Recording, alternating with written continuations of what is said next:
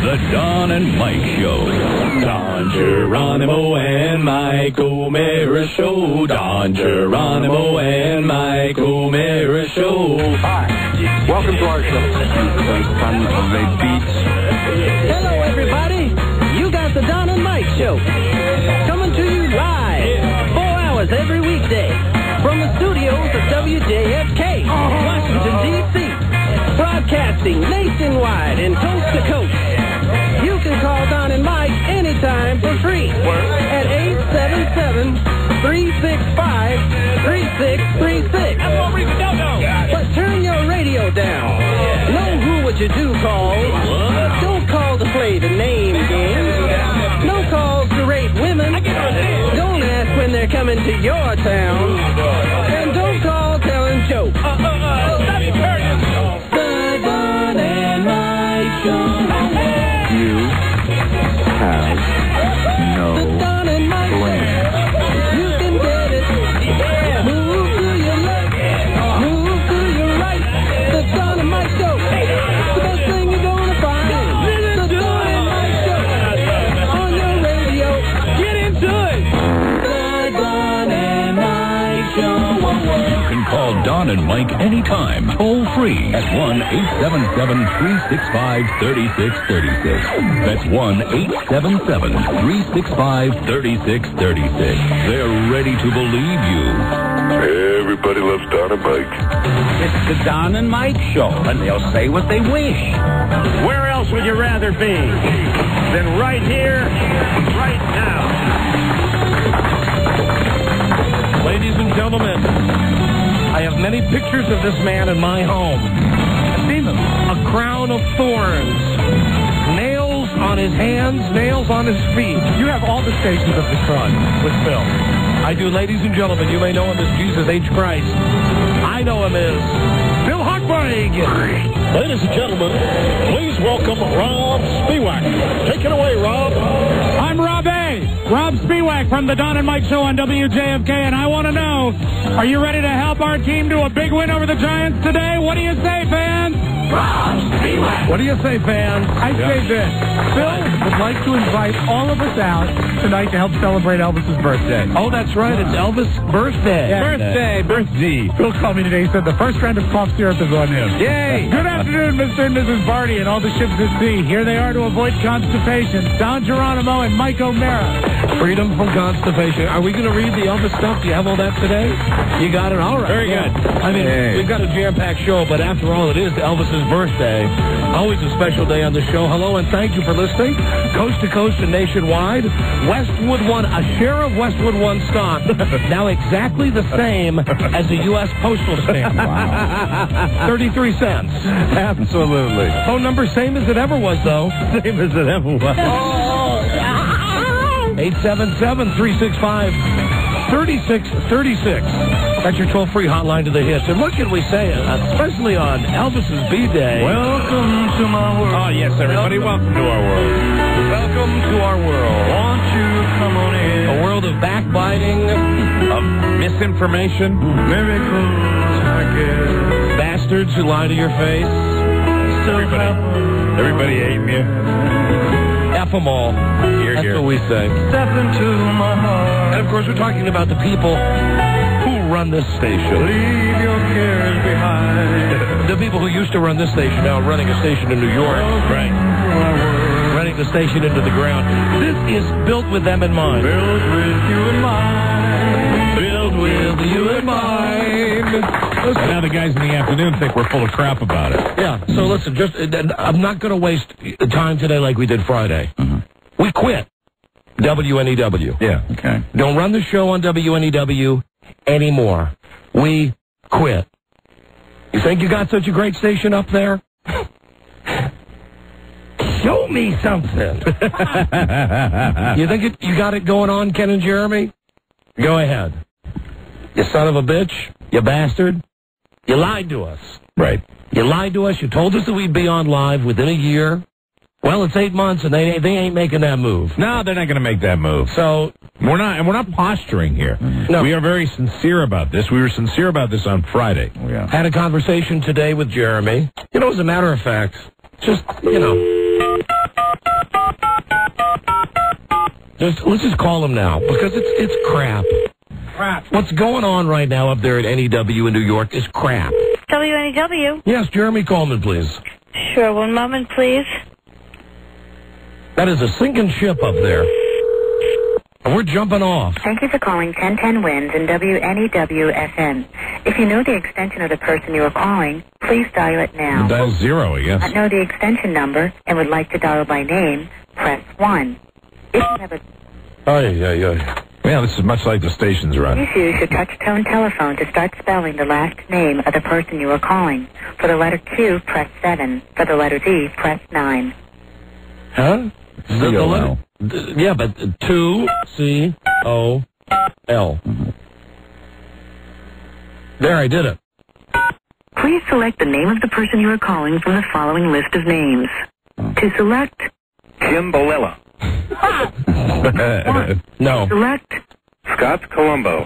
Press 2. No, thanks. If none of these names is correct, Oh, for press Christ's the star sake. key to try entering the name again. No, listen, forget it. I don't even want to talk to him. Just don't run the show tonight, Jeremy. Pull the plug. I know you're listening to us now in your office. Pull the plug. You made your bed. Lie in it. Goodbye.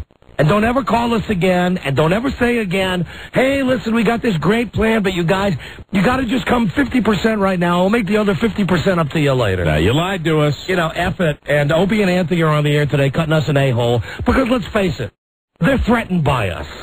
Okay? They're threatened by us and the fact that our show is there, and they think that Ken and Jeremy are going to move our show into their time slot. And they think we're not sincere about wanting to be off that station, and we are. Forget it. Who needs it? Goodbye. Take it. Enjoy it. Love it. Let me know how you do on that station, Jeremy. You dumb, you thumb duck. You little prick. Hey, we're perfectly content. Yes. We're perfectly content. We're very serious about it. You know, we're all wound up again. Of course.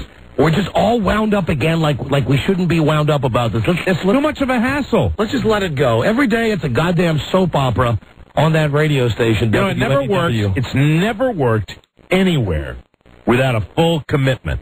And that means guys we've worked for, guys that have, been our bosses here in Washington. If you don't make the 100% commitment to this show, it ain't going to work. And I mean, cutting us off early.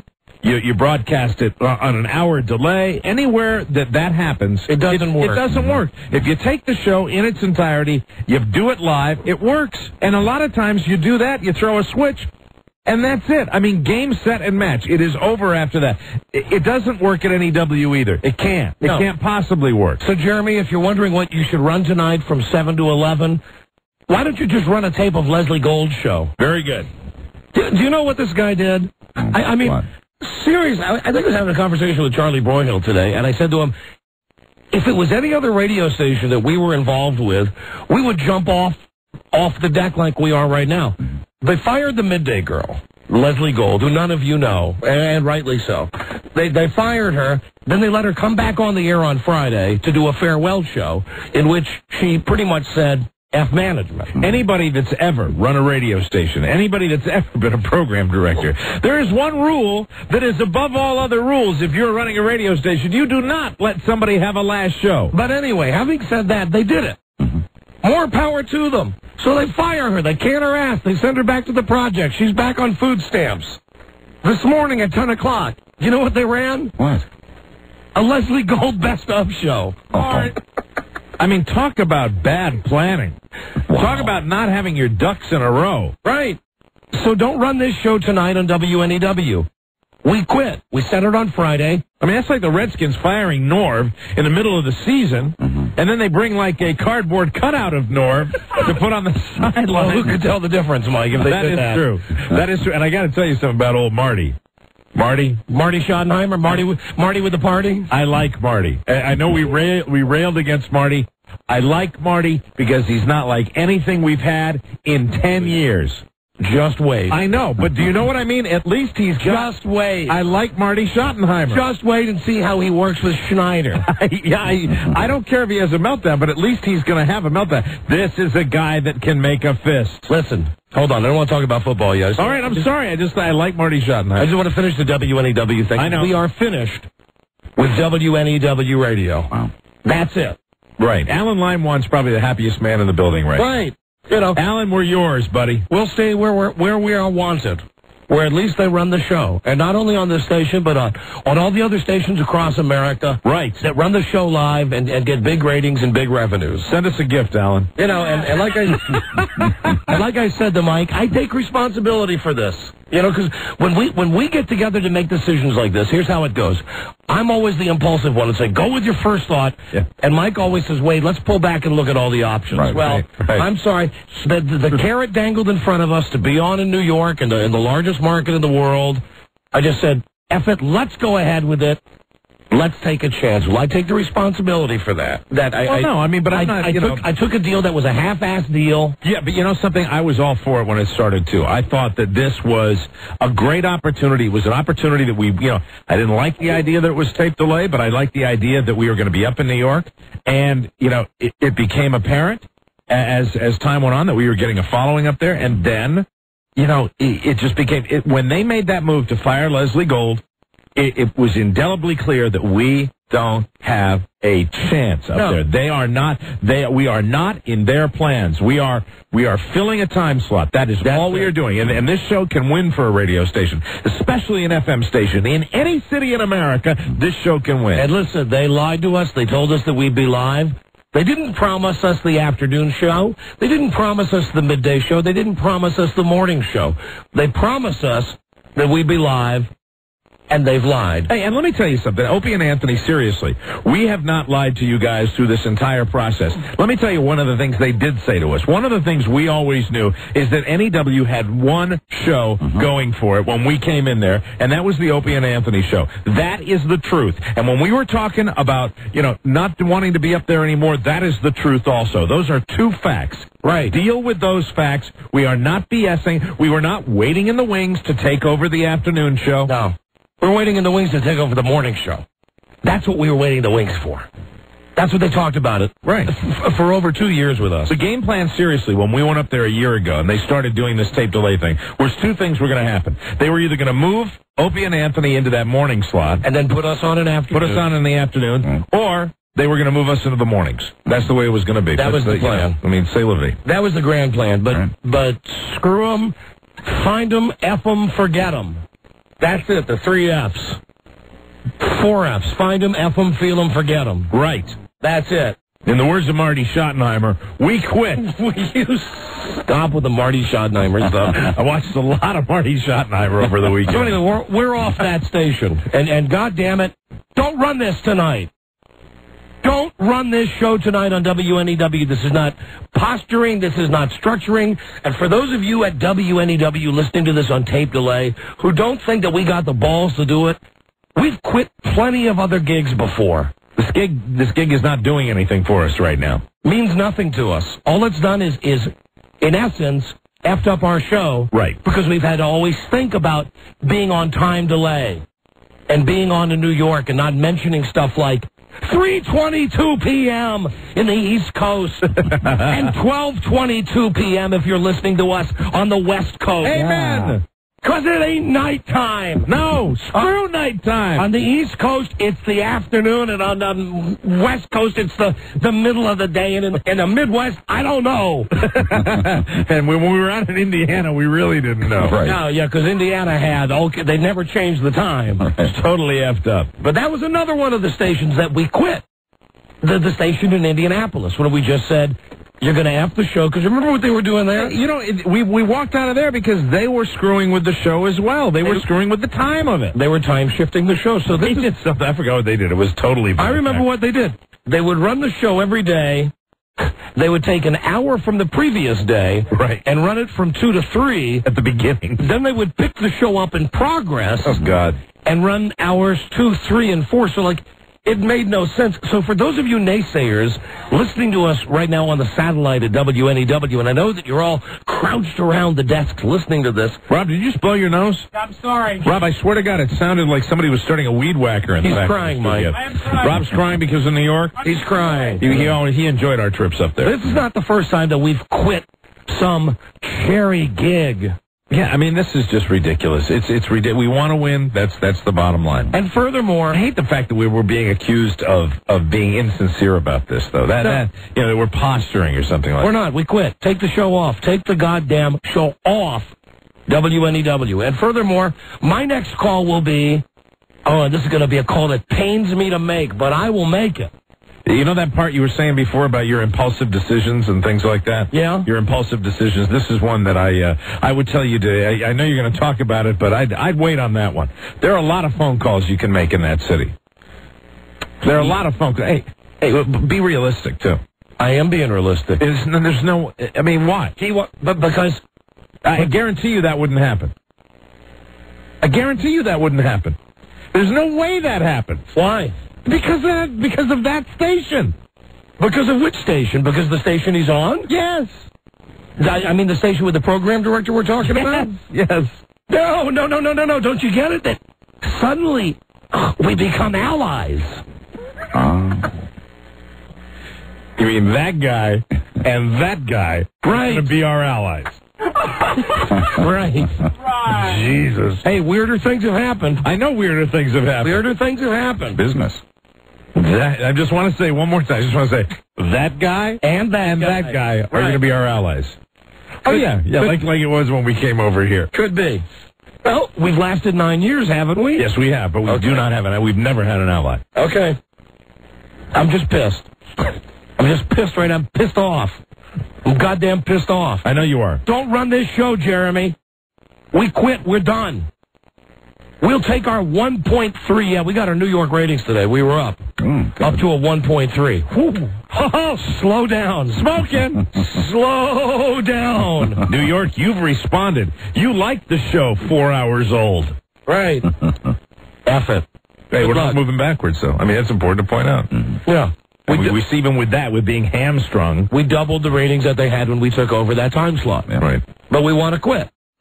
And you can't make someone work where they don't want to work. Exactly. Because WNEW is a failing radio station. And there's no contract. I was thinking about Jeremy saying that to you, about there being a contract, the network contract.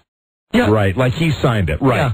And besides, even if he did, we know that the network contracts are worthless. Yeah, but he never did. No, I bet he never did. You're right.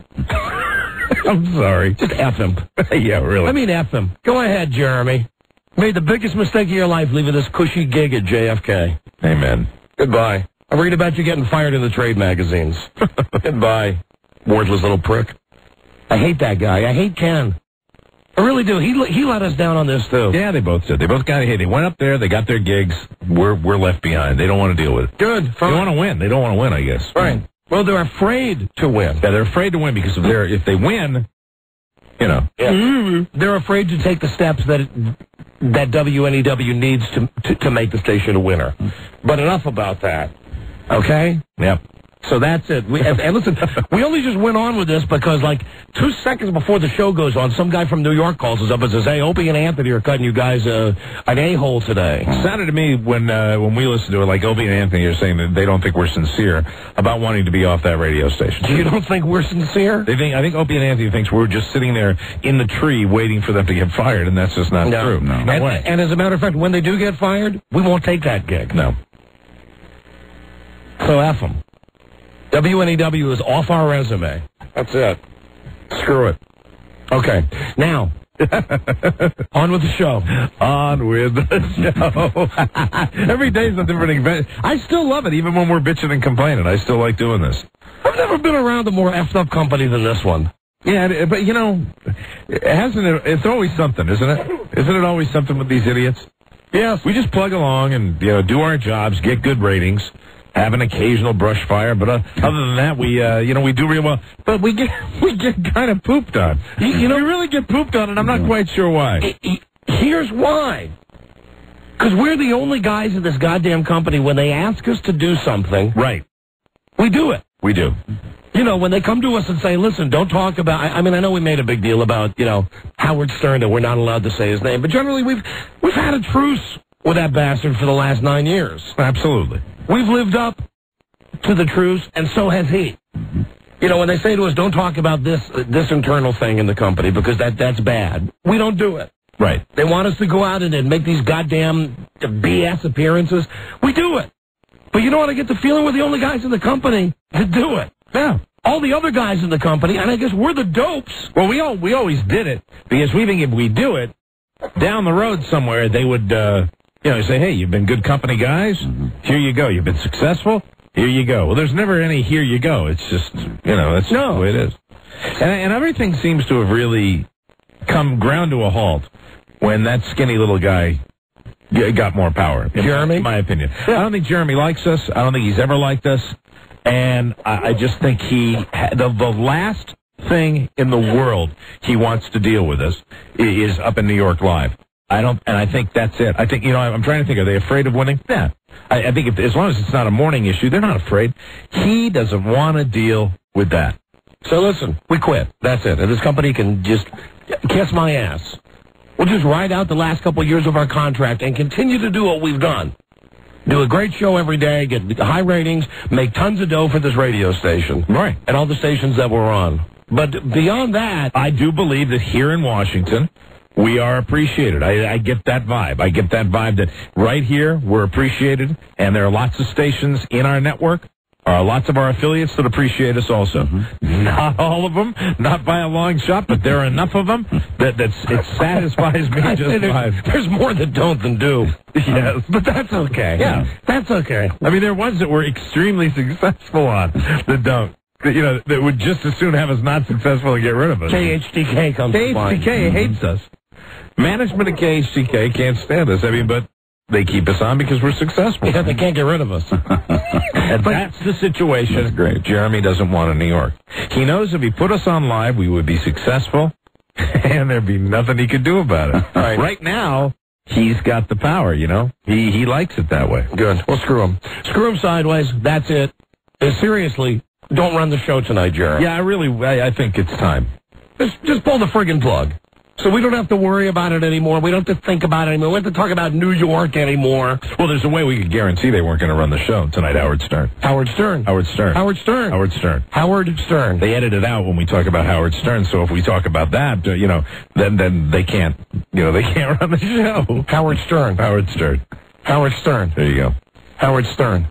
See, Howard Stern. They'd edit Howard Stern out anytime we would say it. Right. So when we say Howard Stern, they edit that out. So in other words, the more we say Howard Stern, the more they're not going to play it on WNEW.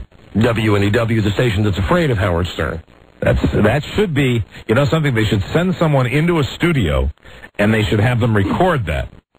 WNEW, the station that's afraid of Howard Stern. Right. That would be a perfect slug line because that's the way they do business up there. And frankly, this whole thing with us saying his name, it was never an issue until NEW came up. Absolutely a non-issue. As a matter of fact, he overwhelmingly successful, did his thing. We very successful, went and did ours. That was it. That was it. You can believe it or not, but for the last 9 years, we've had a truce with that guy that was negotiated with the CEO of this company. Where he's going to be, you lay off, he lays off. Yeah, exactly. So we lay off, he lays off. We don't care. No problem. Howard Stern. Howard Stern. Howard Stern. Pretty safe to say a good chunk of this Howard Stern discussion will be edited on WNEW. I hope so. Howard, they should change the call letters of WNEW to W. Howard Stern. Because it's the station that Howard Stern built. Maybe what they should do is they should run Howard Stern promos on that radio station all day. So they can have like another station that's so afraid of Howard Stern that they promote Howard Stern, even though Howard Stern's on another radio station. They're petrified. The entire radio station is afraid to take a step forward because of Howard Stern. I mean, I said this to Ken when he took the gig. It's suicide. You're taking a job up there where you can't compete against Howard Stern in the morning. Yeah, and it's one thing in the morning. It's quite another to have the whole radio station be programmed that way. But the whole radio station is petrified of the guy. Absolutely petrified of him. More power to him. We got to find a way to get some of that power. Yeah, amen. Because ain't nobody in this company afraid of us. Right. No, not at all. Nobody's afraid of us, man. Care less. Right. Well, F him. That's it. Howard Stern. So you won't be hearing this on WNEW. Good. Well, maybe, you know what? You should have thought of that right up front. right up front. Do I get a little extra credit for that one? Yeah, you do. So you should have thought of that right as soon as we started. I know. I just, I did the Howard Stern idea came into my head. Damn. Right as we were talking. That's a good one, too. It is a good one. That'll guarantee that they don't have the balls to run this tonight on WNEW. Absolutely. Hey, what a mess. Always an adventure. Just get us out of that mess. That's all we want. Yeah, and we're very content down here. We are. We're very, very happy. We love our listeners here in Washington, D.C. And all the other stations. And all the other stations. That we're on. All the stations that care enough about the show to run the show live. All the people that call us live every day. The people that listen every day, we love you. It's great. It's fantastic, and it will continue to be fantastic. It really will. Nothing will change in that regard. We're very, very happy. And you know what? I apologize for this little New York thing. It's the only way that we can make sure that they cancel us. Yeah. It's the only way doing this on the air today. If we just came on and just did the regular show, they'd run it. Yeah. They'd keep running it forever. Right, exactly. Howard Stern. They would keep That's running. whenever Opie and Anthony get in trouble, they talk about Howard Stern. Yes. That's when Leslie Gold gets in trouble. She talks about Howard Stern. Well, hell, that's why she got fired. Talked about Howard Stern. Mm-hmm. Right. And that's why anytime we talk about Howard Stern, they take the little razor blade and they cut that segment out of the tape. Just cut it out. And now, you won't hear any of this. Well, I hope you won't hear any of the show tonight on WNEW. Because I will tell you something, WNEW is a failure as a radio station. And I don't take any credit for them being a failure, because they never let us do the show that we wanted to do. And, the time comes when they said, hey, give it some time. We gave it some time. Not only did we give it some time, we gave it time and energy, and we went up there and we said, hey, we're really into this. And we were into it. Not into it anymore. No, that's it. We quit. Howard Stern. We quit WNEW. You think we don't got the balls to quit? And furthermore, I'll tell you something else, Jeremy, because I know you're listening, and this I swear to God. You run this show tonight on WNEW, tomorrow me and Mike are going to be sick. We'll get some blue flu. Like when the cops are mad, and all the cops suddenly come down with the flu. Right. Yeah. Job action. Ow, my stitches are acting up. There you go. All my stitches in my back. I might have to go in and have those tweaked tomorrow. And your throat's not feeling well, is it, Mike? What's that, Don? See? We're unhealthy men. Everybody on this show is vastly unhealthy. Rob lost a lot of weight. He's still extremely unhealthy. And Buzz, falling apart. how's your stomach? It's coming along, but I have ups and downs, and you never know. Make a fist. How's your stomach? We'll ask the question again. I feel trouble coming on. Okay, good. Thank you. You feel trouble coming on about 3 o'clock tomorrow? You never know when it could hit. Or actually, you know what? Whenever we're trying to do anything dishonest with you, we always got to give it one more try. No, when pull that lever once again. When the real feeling bad will happen will be tonight at 7. Yeah, tonight at 7. I think that if we are on WNEW at 7 tonight, I'm going to start projectile vomiting, which in my house is a distinctly... I'll tell you, I could justify that. Because I've got a 5-year-old that was vomiting last night and vomiting all day today. That's the truth. And listen, if we're on WNEW tonight at 7, I guarantee we're going to get sick at 7 o'clock tonight. Right. That's when we're going to get sick. Absolutely. Great. Howard Stern. Howard Stern. WNEW, the station that Howard Stern made famous. Very good. Okay. All right. Well, there you go. Squisita. So we'll find out what happens tonight at 7, and we'll be able to listen.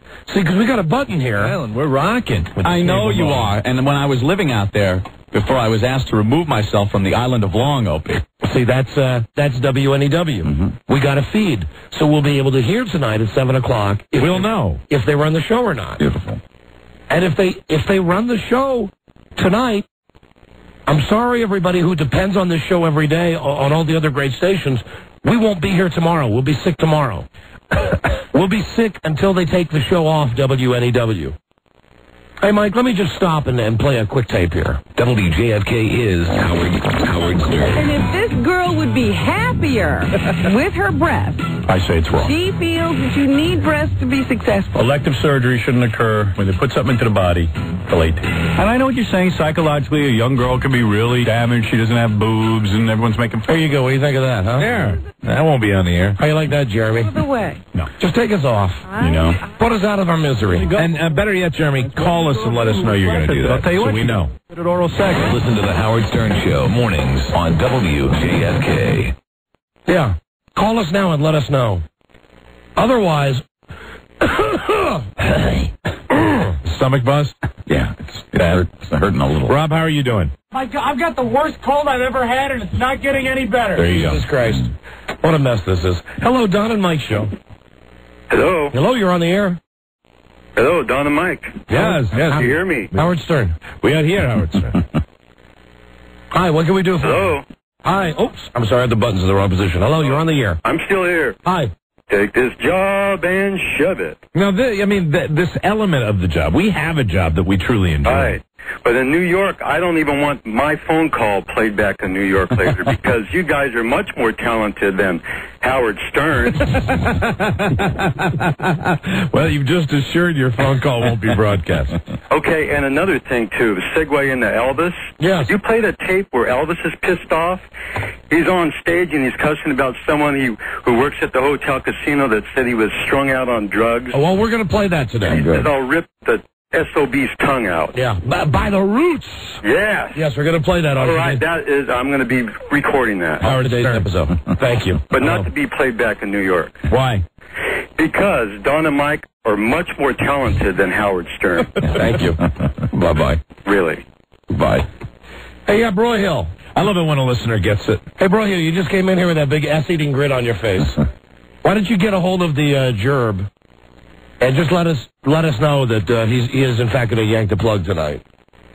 That this ain't going to be on WNEW tonight. Yeah, because this is now like a boil. Yeah. It needs to be lanced. Right. Because if not, we might just get sick now. Yeah.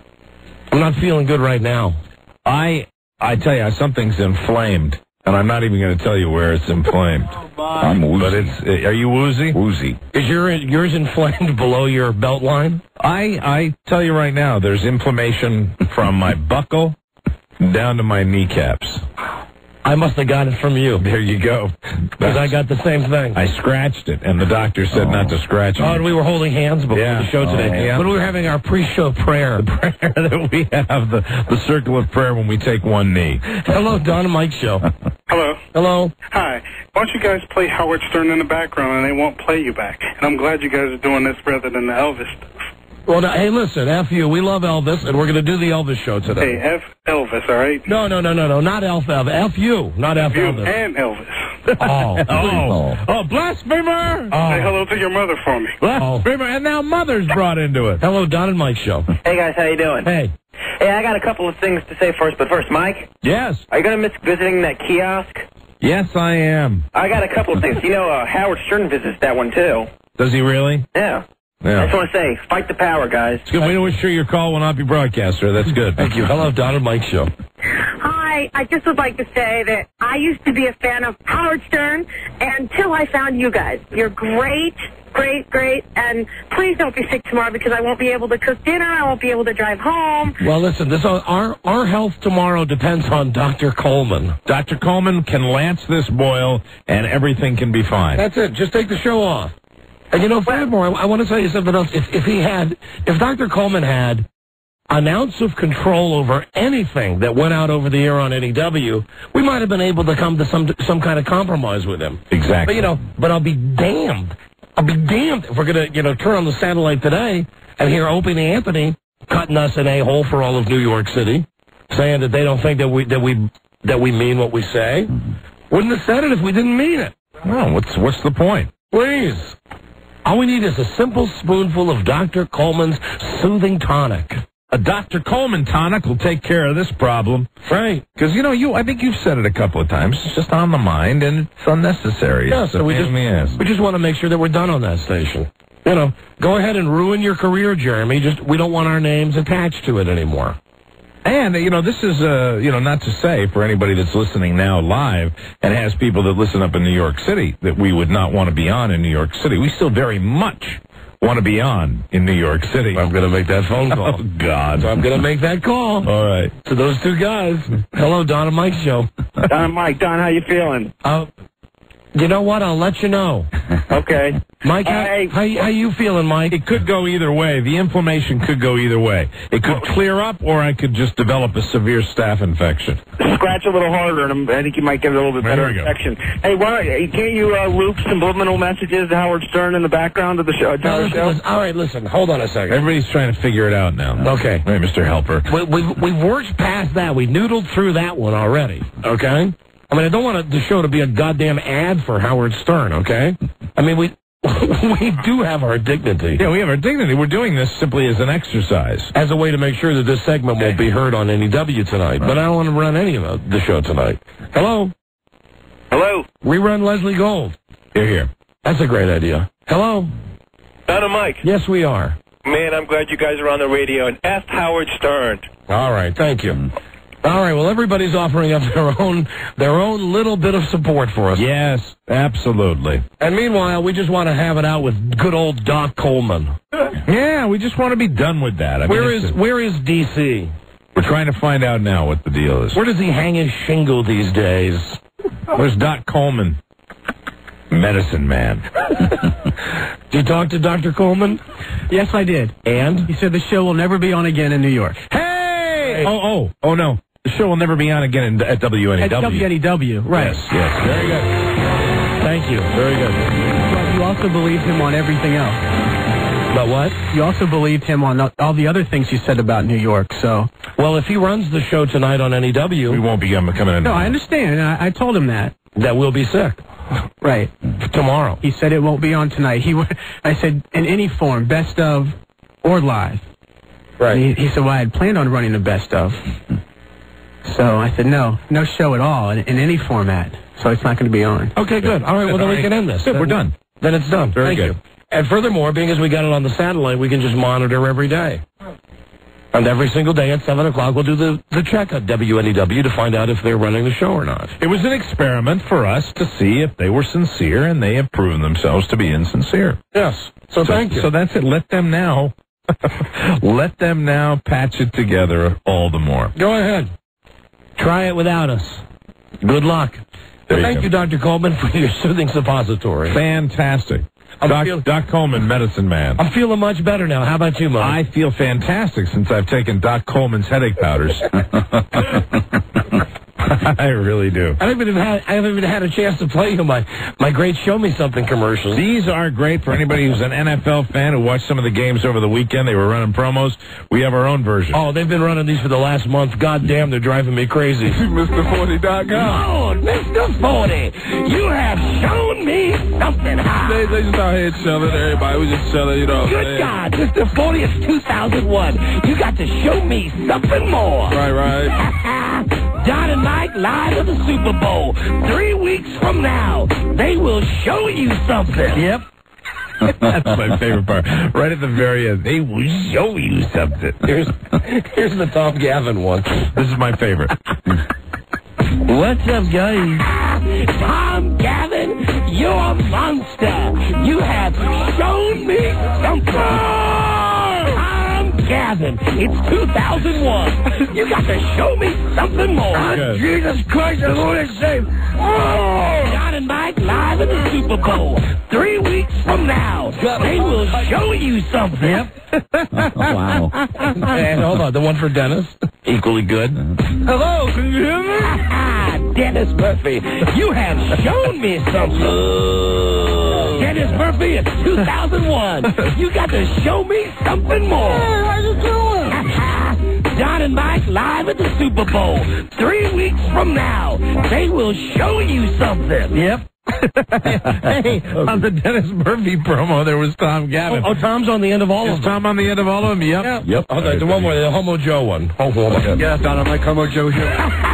Homosexual Joseph, you have shown me something. HomoJoe.com. Homo Joe, it's 2001. Time to show me more. With Mr. Condom.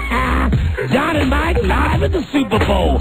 3 weeks from now, they will show you something. Yep. those are great. And we will show you something. Because I don't know about you, but I am friggin' sick of those commercials during every playoff game. You run them over and over and over again. Quadre Ismail. You got to show me something more. Show me something more. Oh, my God. All right, so we'll run those for a while. Very good. Well, I guess we've done some good today. Yes. We've taken care of some business. Outstanding. Now we can get on with the show, and today's show incidentally jam-packed. Yes. Because we've got the guy from the Seinfeld, the Jay Biederman guy coming in. Yeah, that guy. What's his real name? Wish I could tell you. John something. Hold on. Jay Peterman. Got a press release right here. John O'Hurley. John O'Hurley. Good Irish name. John O'Hurley is going to be hosting what show? To Tell the Truth. I love that show. That's a show that deserves to come back. It's already TV. on, yeah. That's why we sweat the details. We have a press release right here. Also, John O'Hurley. Also today, the guy who bills himself as... Now, is it the world's best Elvis impersonator? I think he thinks a lot of himself. He thinks he's the world's best Elvis impersonator. That means he walks, talks, acts, breathes like Elvis? Coming in to put on an Elvis show for us today. And we've never had one in studio. Plus, yes, today we're going to have the Elvis diatribe, the rip your tongue out by the Roots. Thank you very much. And lots of other great Elvis stuff. We got weekend stuff to get to. We're finally free of that albatross known as WNEW. Very good. Goddamn, life is good. Wonderful. That's good. We did some good on today's show. Absolutely, and good luck to them up there. Yeah. We'll continue to track the progress of WNEW. Yeah, we'll give you continuous updates. And the management team of Ken Stevens and Jeremy Coleman. Two guys who you can really believe in. Count on it. Believe it. What would you say if I told you? Darlene, believe it. Believe it. All right. Call 100 time now. Secret song. Oh. The impossible secret song number 3. It's worth $500. Good. You get a shot at the money right now if you call 100. Phone number 877-365-3636. This is the Don and Mike Show. Hagerstown, Maryland. Hello. Hi, thanks, Larry. This is for Senator Bob Dole. Go. Yes. Don and Mike honor you're coming out on the erectile... Okay, I think that was a gag call, so I cut it because they mentioned 2 local disc jockeys. What? They can turn a bucket of crap into a bucket of cream. The Don and Mike Show. Oh, we sure can. Time for call 100 right now, and here we go. Hello, Don and Mike Show. Call 100. Right, what's your name? Jason. Jason, where are you from? Ladora, Iowa. Ladora, Iowa. Where the F is Ladora, Iowa? Well, Iowa City, about 30 miles west. Beautiful. We used to have a Ladora that works here. No, that was Lenora. Oh, that's right, though. Do you remember what was Lenora's greatest attribute? Her feet?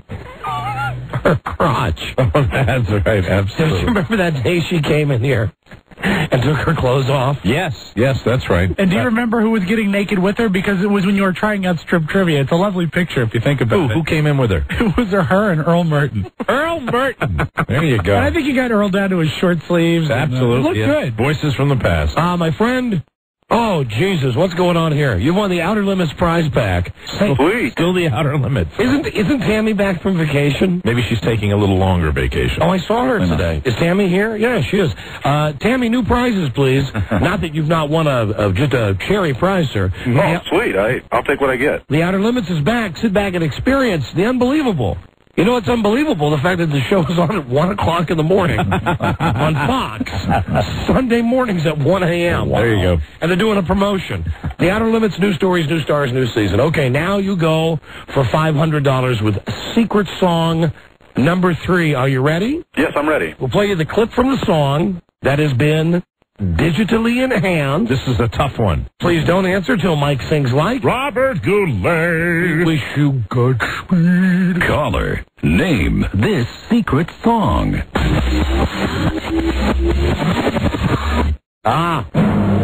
Ain't no raindrops keep falling on my head. For sure. And ain't no can't get enough of your love. Although it was a top 10 Billboard hit. And the odds are in my favor. Yes! For $500, what's the song? I have no idea. No, come on, dummy. You got to guess. All right. Like a Virgin, Madonna. No, but thank you. Thank you for the guess. Sorry. Yep, appreciate it. Thanks, guys. Thank you for that. And don't forget that Every guess is a clue for you. Correct me if I'm wrong. People call because you say it's the secret song contest. Yes. So they just call even though they don't have an idea of what it is. Even if you don't have an idea, just whatever the first song is that comes into your head. Make a guess. I don't know. And actually, that wasn't a bad guess. Okay. Not to give you a hint, but that was, as far as guesses goes, not a bad one. You know what I wanted to tell you? What? I went to see that movie on the weekend. Castaway? I went to see Castaway. Or as Regis would say, Castaways. Castaways. And we are, I will tell you, I thought at the beginning, because I was so overwhelmed with the beginning of that movie. That's the best. I don't want to give anything away. The crash scene, you mean? Crash scene, to me, the best I've ever seen on film. I don't think there's anything that's going to touch it. I think it's going to set the standard for a crash scene in a movie. I mean, there was nothing like it. I think that's as close as anyone could ever feel to being in a plane crash without being in a plane crash. And then we go to the island, and I even made it through the fire. I made it through fire, and I'm like, hey, that's great. And then it just was too much Hanks. Too much of him. He's a great actor, but that camera on him all the time, and when I really lost it was when, and I'm not going to tell you what this scene is because I want people to go and enjoy the movie, but Wilson! Wilson!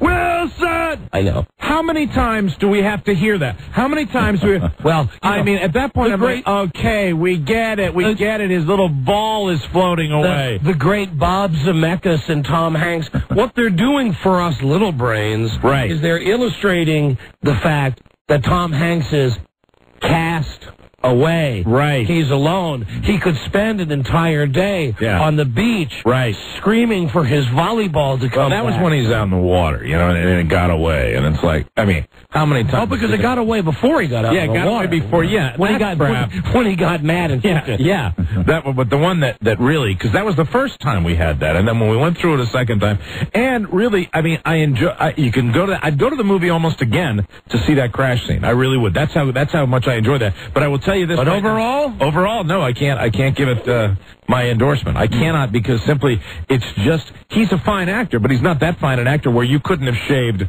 45 minutes to an hour off that film. Once again, you and we always agree on Tom Hanks movies. Stand alone. We always agree on Tom Hanks movies, and I was going in, I was forcing myself to be objective, and I was waiting to come into you and say, man, I thought that's the best Tom Hanks movie I've ever seen. It wasn't a bad movie, it just was too much. I had a discussion with one of my neighbors this weekend who had just been to see Castaway, and they were, it's like the friggin' Lemmings did everything they hear on TV, they repeated back. Right. They said, oh, my God, it was awe-inspiring. It was like nothing I'd ever seen.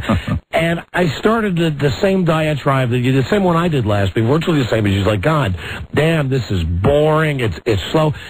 So they said to me, have you liked any Tom Hanks movies? And I said, yes. And they said... I bet I know which one you said. You said Nothing in Common? They said, name 3. All right. Nothing in Common is one of them that I had. All right. Can you name the other 2 Tom Hanks movies? Big. You're 2 for 2. Robbie? I guess one? Bachelor Party. You got it. That's my trifecta. Those are the only 3 Tom Hanks movies that I could say I really liked. Now, the one where he buys the house with Shelley Long, where the house is falling apart. The Money Pit. Right. I love that. It was all right, but it's had Shelley Long in it, so I mean, you can't do that. Tom Hanks, a lot of people probably don't even remember. I mean, that Tom Hanks was a comic actor. That's how he got his start. And when he's running around trying to catch that fish, he went right back to that Tom Hanks goofiness, and the theater broke up. I mean, and I guess they were trying to do that too a little bit, but. And he's good, and Helen Hunt is good, but they're not so good that you have to leave that camera on them for an hour. They're good actors, but they're not so good that they can carry all of that silence with just them. It was unnecessary. Could have shaved easy 45 minutes off that The next movie. time you see Tom Hanks acting all intense trying to build a fire, just think of him in a dress and bosom buddies. Yeah, exactly. Right. Absolutely. And I love that part. I love the making fire. I totally was absorbed with. I was totally into him making fire. It's when he lingered on that island. You lose me with the I have made fire. You know, and listen, I will give you. There is a credibility aspect of that he would not necessarily be that overjoyed. Out loud. I don't know. If the guy was really on the island, how come he waited so long to open all the goddamn packages? And furthermore, well, do you know why? I can answer that. That's easy to answer. You know why? He was the big gung-ho FedEx boy. FedEx was the whole reason he was gathering those packages was to preserve them, and that's why he saved the one. But hold on. He's on the island for 4 friggin' years. I know. Wouldn't you think maybe after a month or 2 months? You and I. You and I, 2 hours. 5 minutes. 5 hours, and we wouldn't have the presence of mind to leave that last one either. Yeah, right. We'd tear into that last one. How do you know that? It might be food. How do you know that last one didn't have a cell phone in it? Right, exactly. Or some kind of a two-way radio? Or But see, that's where Tom Hanks was such a good guy. Okay, we're really giving away the plot. Well, too bad. The movie's been out a month. If you haven't seen it by now, the tough tease. Also, having a 5-year-old and a 3-year-old, much of the movie I thought I was listening to Woody from Toy Story. He had a lot of that, Wilson! A lot of his yell that he uses in Toy Story, too, which is just like, Wilson! I mean, he's okay. Right. Don't get me wrong, and he's good. I'm a schmuck because I go to almost all of his movies. Well, I do too because he does make good movies. But he ain't no Jimmy Stewart. He makes movies, but he gets so much acclaim for these films, and and I think that they banked on him so much. And hey, the movie's an overwhelming success. Tom Hanks is a success. It's just I thought it was a little too long. You know who deserves an Oscar? His dietitian. Yeah, that was incredible. And I found it more shocking to see him in clothes when he came back than on the island. I knew he'd lost a lot of weight, but when he put that T-shirt on, and he looked like his head was going to fall off. But he did the same thing when he was in the AIDS movie. When he got Philadelphia, AIDS. right? Yeah, he did the same thing where he lost a lot of weight. It was just. I mean, I hate to say it was exactly, your assessment was exactly dead on, but you reacted the same way. You and I agree about Tom Hanks movies, though. Yeah, we do agree. We always agree exactly, and it was just too much Hanks. Yes, and I'm going to tell you something else about Helen Hunt. And I don't know when we're ever going to get around to re-rating women for the year 2001. She is falling faster than Westwood One stock. When we saw, my wife and I saw As Good as It Gets, and I said it was an incredible performance. She deserved the Oscar that she won for it. My wife said to me, it's Helen Hunt doing what Helen Hunt does, and said that way back when. And I'm inclined to agree with her now that I see her in this movie, Castaway, that Helen Hunt kind of does that same Helen Hunt. Oh, I don't mind what she does. Every time with her acting. I just mind the way she looks. Do you think she's hit the wall a little bit? She's looking a little long in the twofer. And that guy from Sex and the City played her second husband, too. Oh, that's right. The guy, what's his name? Chris Noth. Chris Noth. Very strange name. Mm-hmm. Right. But I did enjoy it. I tell you that the beginning of that movie is just about as good well, as... you know what? We said the same thing about Saving Private Ryan. The first half hour of Saving Private Ryan I will always... was a great movie. I will never see Castaway on cable now. And see it at the beginning and ever not stop on it. I will watch that every single... It was phenomenal. I was completely blown away by the way they did it, because they did it in such a way that I've never seen it done in a movie situation. As a matter of fact, when Saving Ryan's Privates comes on now, I watch the first half hour. Right. Because it's great, and then I'll flip back and forth. I watch it right up until Ted Danson.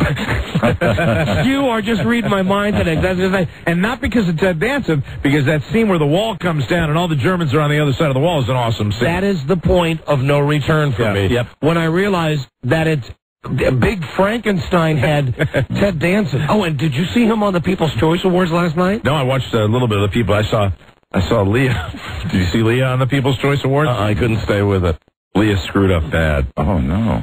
Leah screwed up. What did she do? She was a presenter. Yeah. And she came out and she and Kevin did a little bit, and then he walked off, and she said, "Okay, and the nominees are Bet," and she went and she rattled them all off and they started the videotapes where they say Bet. And then they moved on, and she walked all over it, and then they came back and she presented the winner. But it was just I think the nominees, I forgot what they were.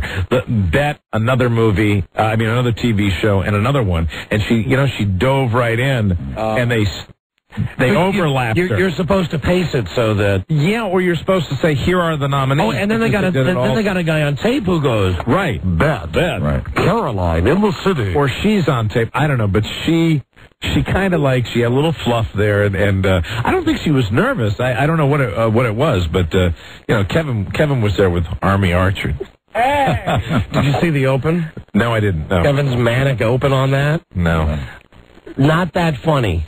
Did a thing where he wanted definitely the butthole of award shows. He wanted to climb up on stage, and he couldn't make it, so he had to call his friend Ray Romano to come help him get up on stage. And one of the first presenters was Ted Danson, who not only is the guy bald, but I know he is gray like Phil Donahue. Yeah, white hair. I had not seen him with the white hair. I'll tell you this though. I think the People's Choice Awards are fixed too. The two best things on the People's Choice Awards were underneath Jennifer Aniston's dress last night. Oh, I didn't get a look at her.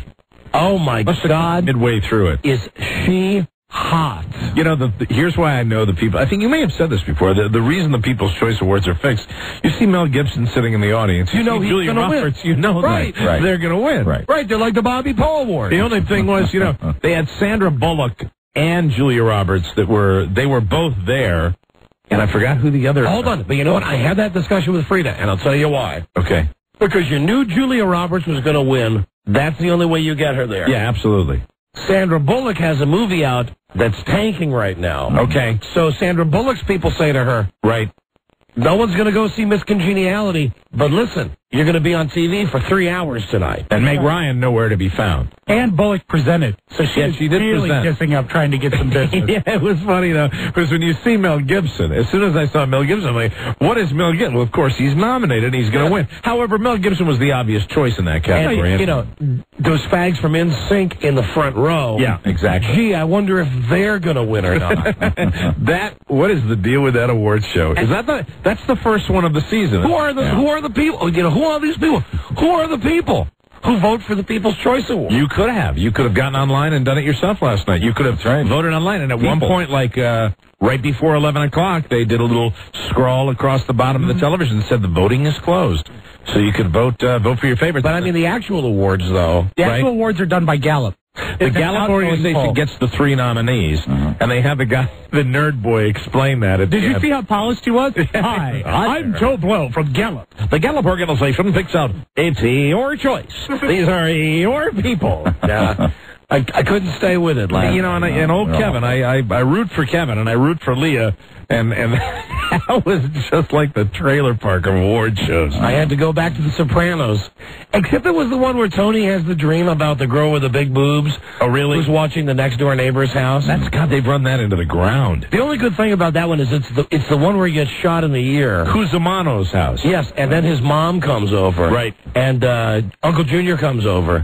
And Paulie Walnuts is in the background saying, well, he couldn't have done it because he's there. Right, exactly. And it's the one also where Tony's mom starts to fake the Alzheimer's. Right. When Meadow brings her over the train, she goes, who are you? Who are you? I don't know who you are. And then Junior goes over to the rest home and he goes, what was that crap?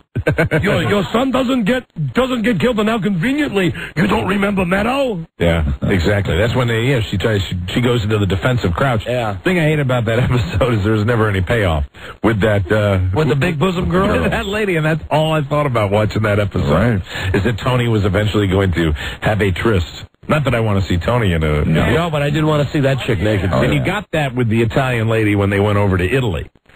Italy. But he never banged her, did he? He did in a dream. Oh, but no. Which to me counts. Yeah, okay. All right.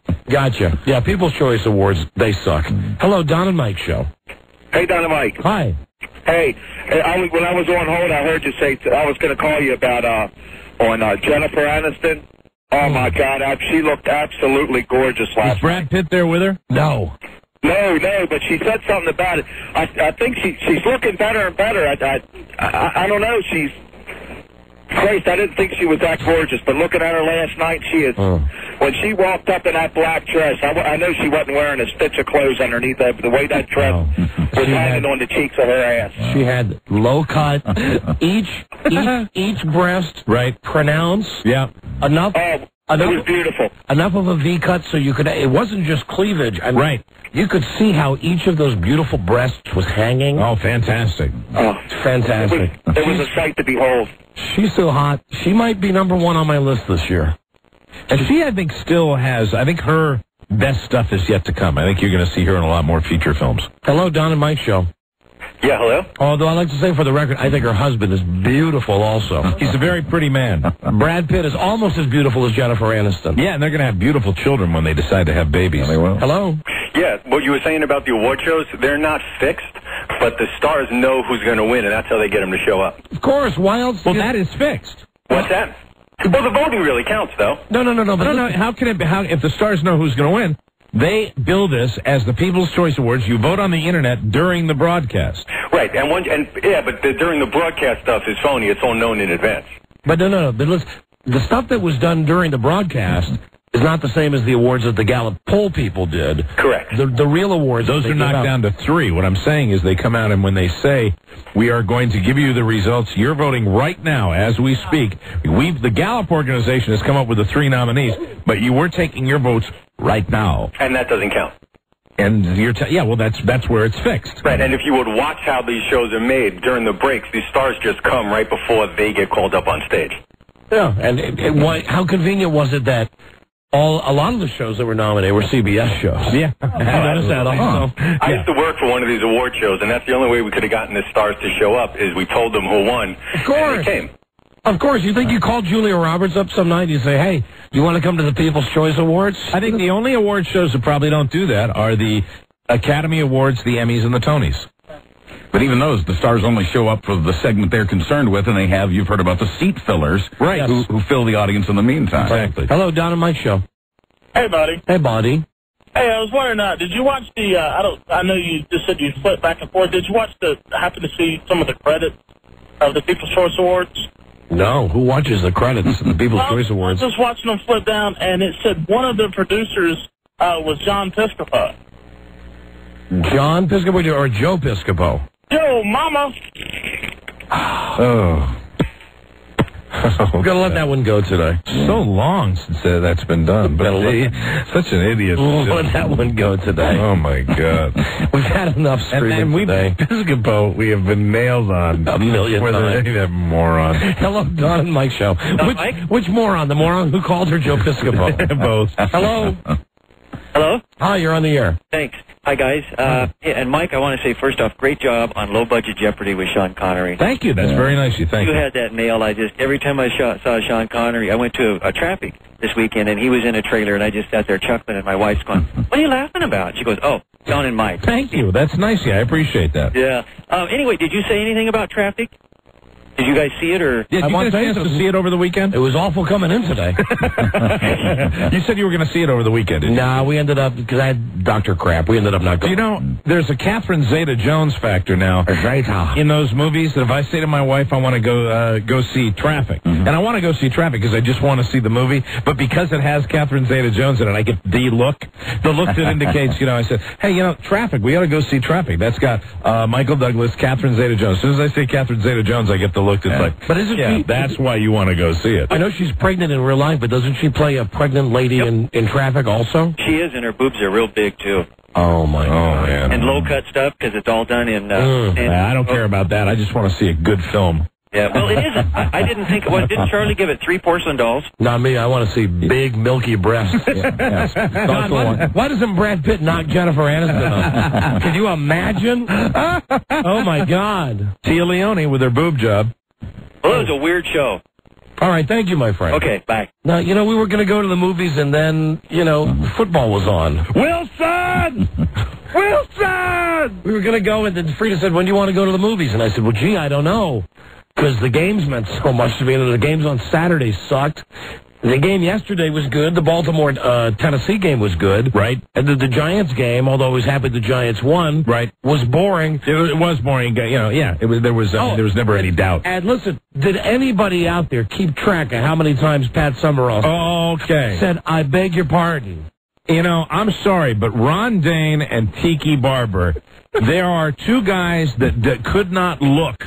You know what it is? Less alike. 27-21. But Tiki Barber, I know, Ron like Dane, a ballet dancer Ron next Dane to Ron Dane. A big, strong guy. Tiki Barber's a small, little, skinny guy. Dane carries off saying, "Beg your pardon, beg your pardon." Tiki Barber.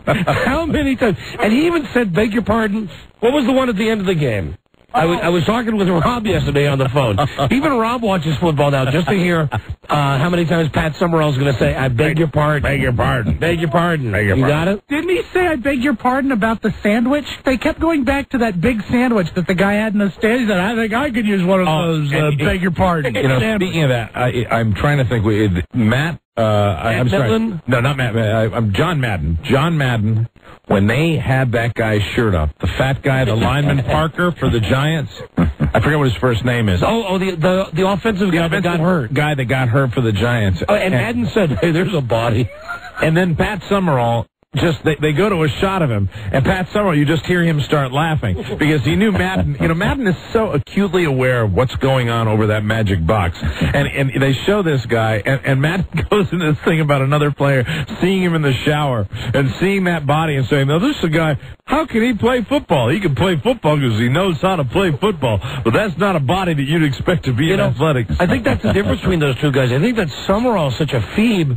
He watches the field, and I think Madden watches that television, the TV, so he sees the same thing that we see. But on that one scene, you know, they get a little of their old greatness when they both start laughing, and I miss that about both of them, because I think Summerall has lost a lot of that over the years, that he does not enjoy Madden's company as much. Yeah, he doesn't laugh at Madden as much, and that was one of those moments where they went to the shot, and it was where they were putting some kind of like magnet or... No, they were trying to put like a giant elastic thing around the guy. Like a brace around him. And it wouldn't fit. And Madden said, whatever it is got to be bigger. I know, and they just start cracking up. That poor guy, that lineman for the Giants, and they're just showing his gut. You know, I felt bad for Madden, is at one point during the game, Summerall said something about, maybe it was when the guy was having the sandwich, when they were talking about food, and Summerall said, "Did you do anything this week besides eat?"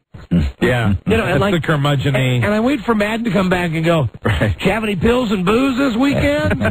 You know, this is real detailed TV watching. But when they have those little scenes of New York that they show on the Giants games when they come back, and they show the one at Tavern on the Green where the couple was eating. This big fat couple was eating. Right. Did you see that? And Madden is just so aware. He's so aware that those are fat people, and then he says, "You know, we had some good sandwiches. You wouldn't get a sandwich like that in that restaurant. That's a restaurant where you have to have special utensils for everything you eat." He's still the best. He's the absolute best. He's good. Hello, Don and Mike show. Yeah, I was calling to tell you when he screwed up at the end of the game yesterday. Oh, Summerall? Okay, go ahead. Yeah, it was right at the very end. They're signing off the broadcast, and he totally screwed up the score. At the very end, he said it was 20, to 10, and then I beg your pardon, and then he corrected himself. Anybody out there? Hold on, here we got a guy who says he kept count on the beg your pardon. All right. Did you really, Mike? Yeah, that's my new sport for the broadcast. and the last one he did was, the score was 20-10. He gave it as 21-10 because he couldn't figure out, with the field goals, he figured it was 3 touchdowns. So the official score is 4 in the first quarter, 3 in the second quarter, 5 in the third quarter, 3 in the fourth quarter, and 1 for the final score. Grand total of 16. Beg your pardon. Wow. That is beautiful. Oh, my God. That is beautiful. A guy who actually counted the number of times Pat Summerall said, "Beg your pardon." Beg your pardon. I beg your pardon. I beg your pardon. 16 times in one game. My God. I beg your pardon. Beg your pardon. Hold on, we got a break. I beg your pardon. We'll be right back. This is the Don and Mike Show. What's up, guys? Tom Gavin, you're a monster. You have shown me some more. Tom Gavin. It's 2001. You got to show me something more. Jesus Christ, I'm going to say, oh, John and Mike live in the Super Bowl 3 weeks from now. They will show you something. For those who serve, the Don and Mike Show. Righto, hello. Donaldo E. Miguel, hello. Hey, how you guys doing? Hi, we're doing great, thank you. Hey, I tried to get in before Mike made the comment, but when they picked up that guy's shirt and showed his love handle there, John Madden, and I quote, I'm praying somebody's got a tape of this. I quote, he didn't say he's seen him. He said, I was checking him out in the shower. And it was scary. It was scary. We figured that's probably why Howie finally retired, post-traumatic syndrome, you know Madden hanging around in the showers, checking guys out. Gotcha, my friend. Hello, Don and Mike Show. Hey, Don. Hi. One thing you missed on Summerall, you know, at the end of every game, they have to do the credits. Yeah. You read through who's the stats and the spotters and the producers and all. Well, he did that at the end of the third quarter. And my wife said, well, isn't he a little early with that? And then I realized, you know, there's like 2 minutes left in the third quarter, and he's talking about... Our executive producer is Sandy Grossman. Exactly. Hey, you know what? There was another moment during the game yesterday. It was when I guess they were coming down to the 2-minute warning. Right. Or maybe 2 minutes left in the quarter, maybe 2 minutes left in the half. But there was a guy who was hurt on the field, and the clock stopped at 2:06. So it was obvious that they weren't going to go to break, and Summerall starts reading the card going, we'll be back with the third quarter after this from your local Fox station. And then the camera stays on them, and you know, and that's where Madden comes in and saves his ass. He saves them all the time. That's what he does. And he goes, no, Pat, look, you know, the guy's still hurt. The clock says 2:06. Beg your pardon. Hello, Don and Mike Show. Hey, guys, how you doing? Hi, great, thanks. Hey, did you happen to hear Pat Summerall and John Madden going on about the inches or the millimeters and centimeters? Yes. I can't believe Pat Summerall wasn't smart enough to figure that out, as old as he is, but you know. Well, you know, I like that about John Madden. I like the fact that when they came on and said, like, you know, they said that the measurement is closer than a centimeter, Madden says, how big is a centimeter? A centimeter, a millimeter? Right. I don't know. Bigger, Who knows that? I don't know that off the top of my head. Not off the top. Oh, come on now. No, really. I don't know how much a Does centimeter. anybody know? I don't. A centimeter's what, like an inch? Oh, Rob knows. They're about 2.5 centimeters to an inch. You can remember it's easy. So that would be what I said was accurate then. It's about an inch, right? It's about that? No, there's almost 3 centimeters to an inch. It's smaller. There's 30 centimeters to a foot. All right, shut up. All right, get out of here. And there's 10 millimeters to a centimeter. Shut up. All right. Hey, we love you down here in Greenville, guys. See you. Hey, take care. Goodbye. No, you don't have it right. So listen, this weekend, teacher's pet. we never went to the movie because I insisted on barricading myself in the room and watching all of the games because you know, it was the last weekend with the 4 games, and even though the games on Saturday just could not suck enough ass. I mean, Minnesota blew out New Orleans, and Oakland's ahead of Miami 20-0 at halftime. You picked all the games except Minnesota, New Orleans, right? Right. Frida came in and said, it's 20-0. Let's go to the movies. So I said no. So she came up with what actually ended up being a great idea. Okay, well, the Biederman guy can wait one break. Okay. Biederman's here. Just hand it. Peterman. John O'Hurley. Biederman. The host of To Tell the Truth. To Tell the Truth. The host of To Tell the Truth. He is here. Okay, well, we'll talk to him in a second. So, here's what Frida did. Actually, she did a nice thing. She did a nice thing that was on top of a nice thing that I had done.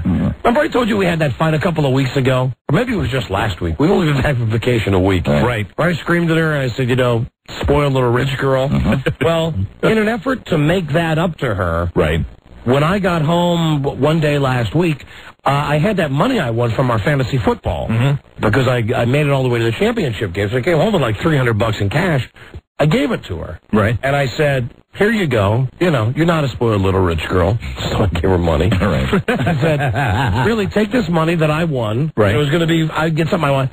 Go buy anything you want. You know, you're not a spoiled little rich girl. I love you. Go buy anything you want. Go get yourself an outfit. Yeah, just go buy yourself a bauble. Buy yourself a drink. Get yourself something nice. Make yourself happy. So she had been trying to find something, and she couldn't find anything. And she finally called me up on Saturday. I was at home watching the games, and she said, "Listen, I know what I'm going to do with the fantasy football money."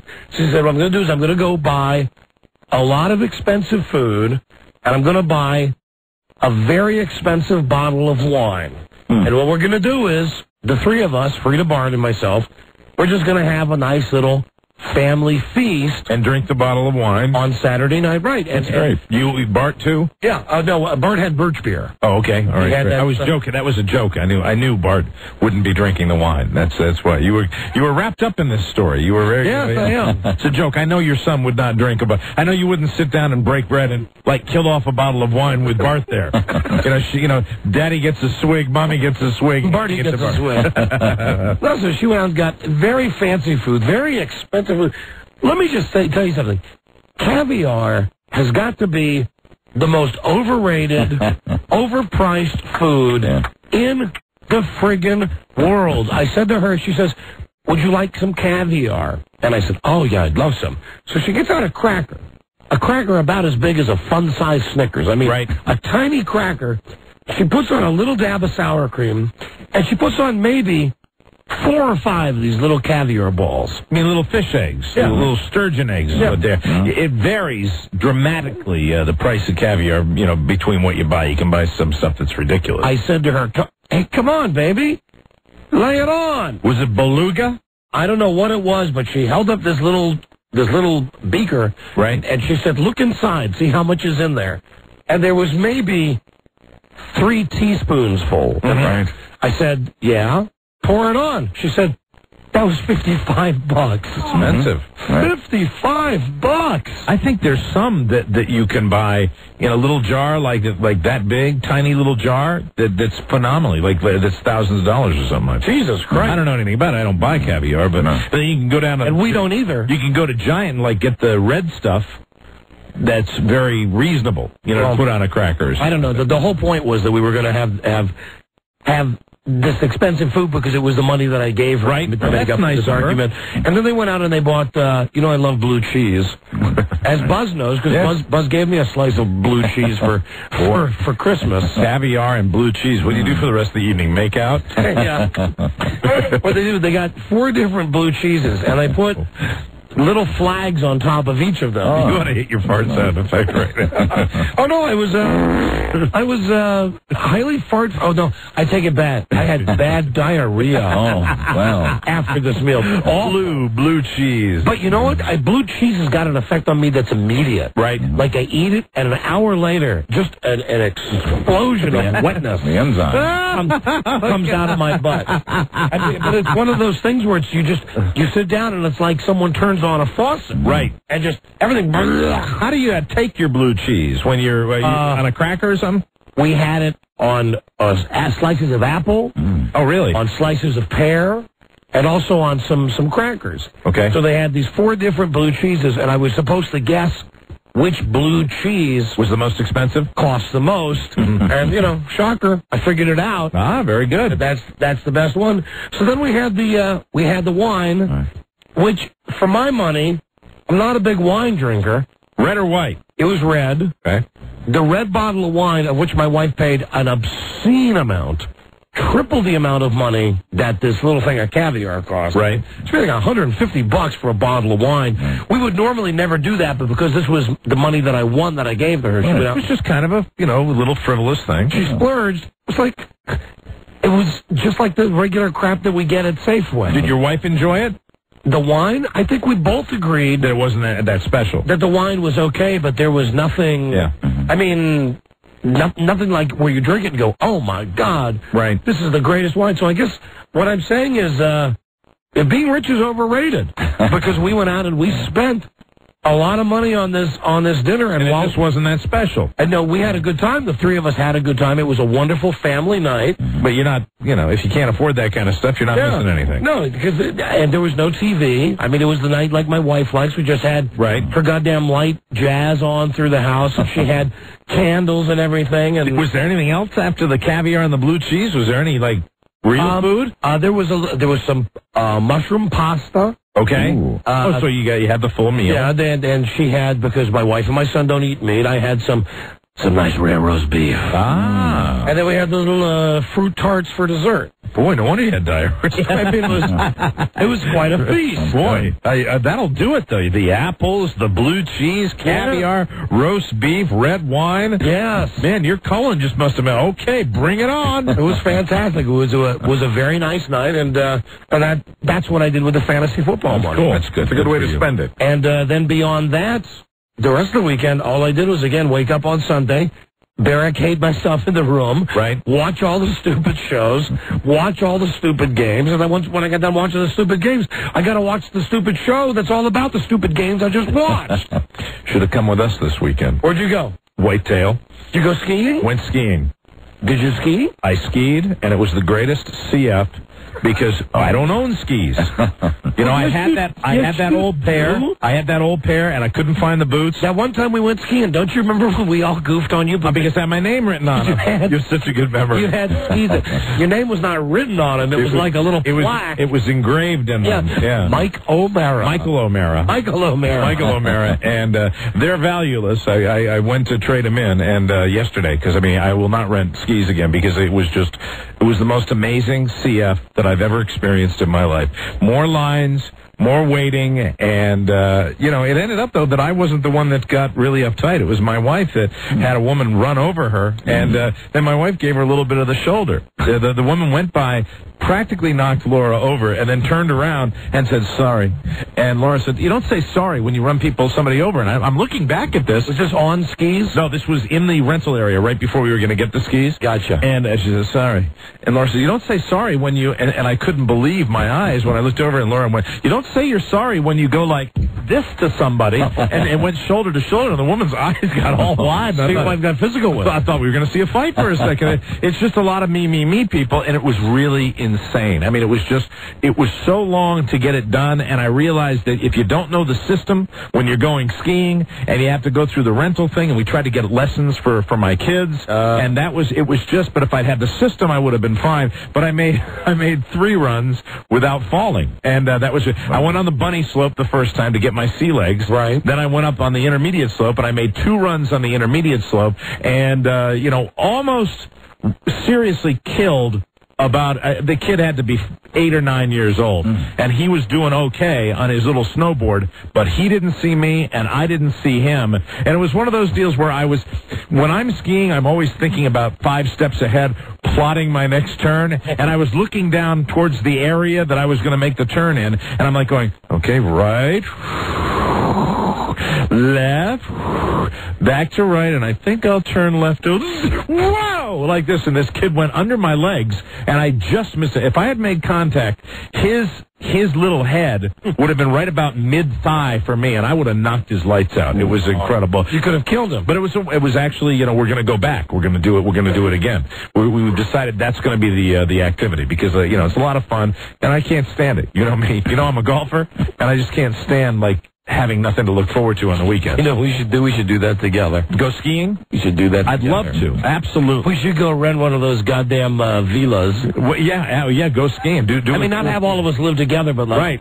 Side by side. Oh, we're getting the kids into skiing. Absolutely getting the kids into skiing. I would love to. Just go to one of your places out there, you mean? Yes. Yeah. Well, no, not there where you went. Oh, yeah, one of those. Let's go to the white trash, white pail. Yeah, well, there are different ones around the area. You know where you should go is Deep Creek. What I've heard is you should go to Snowshoe.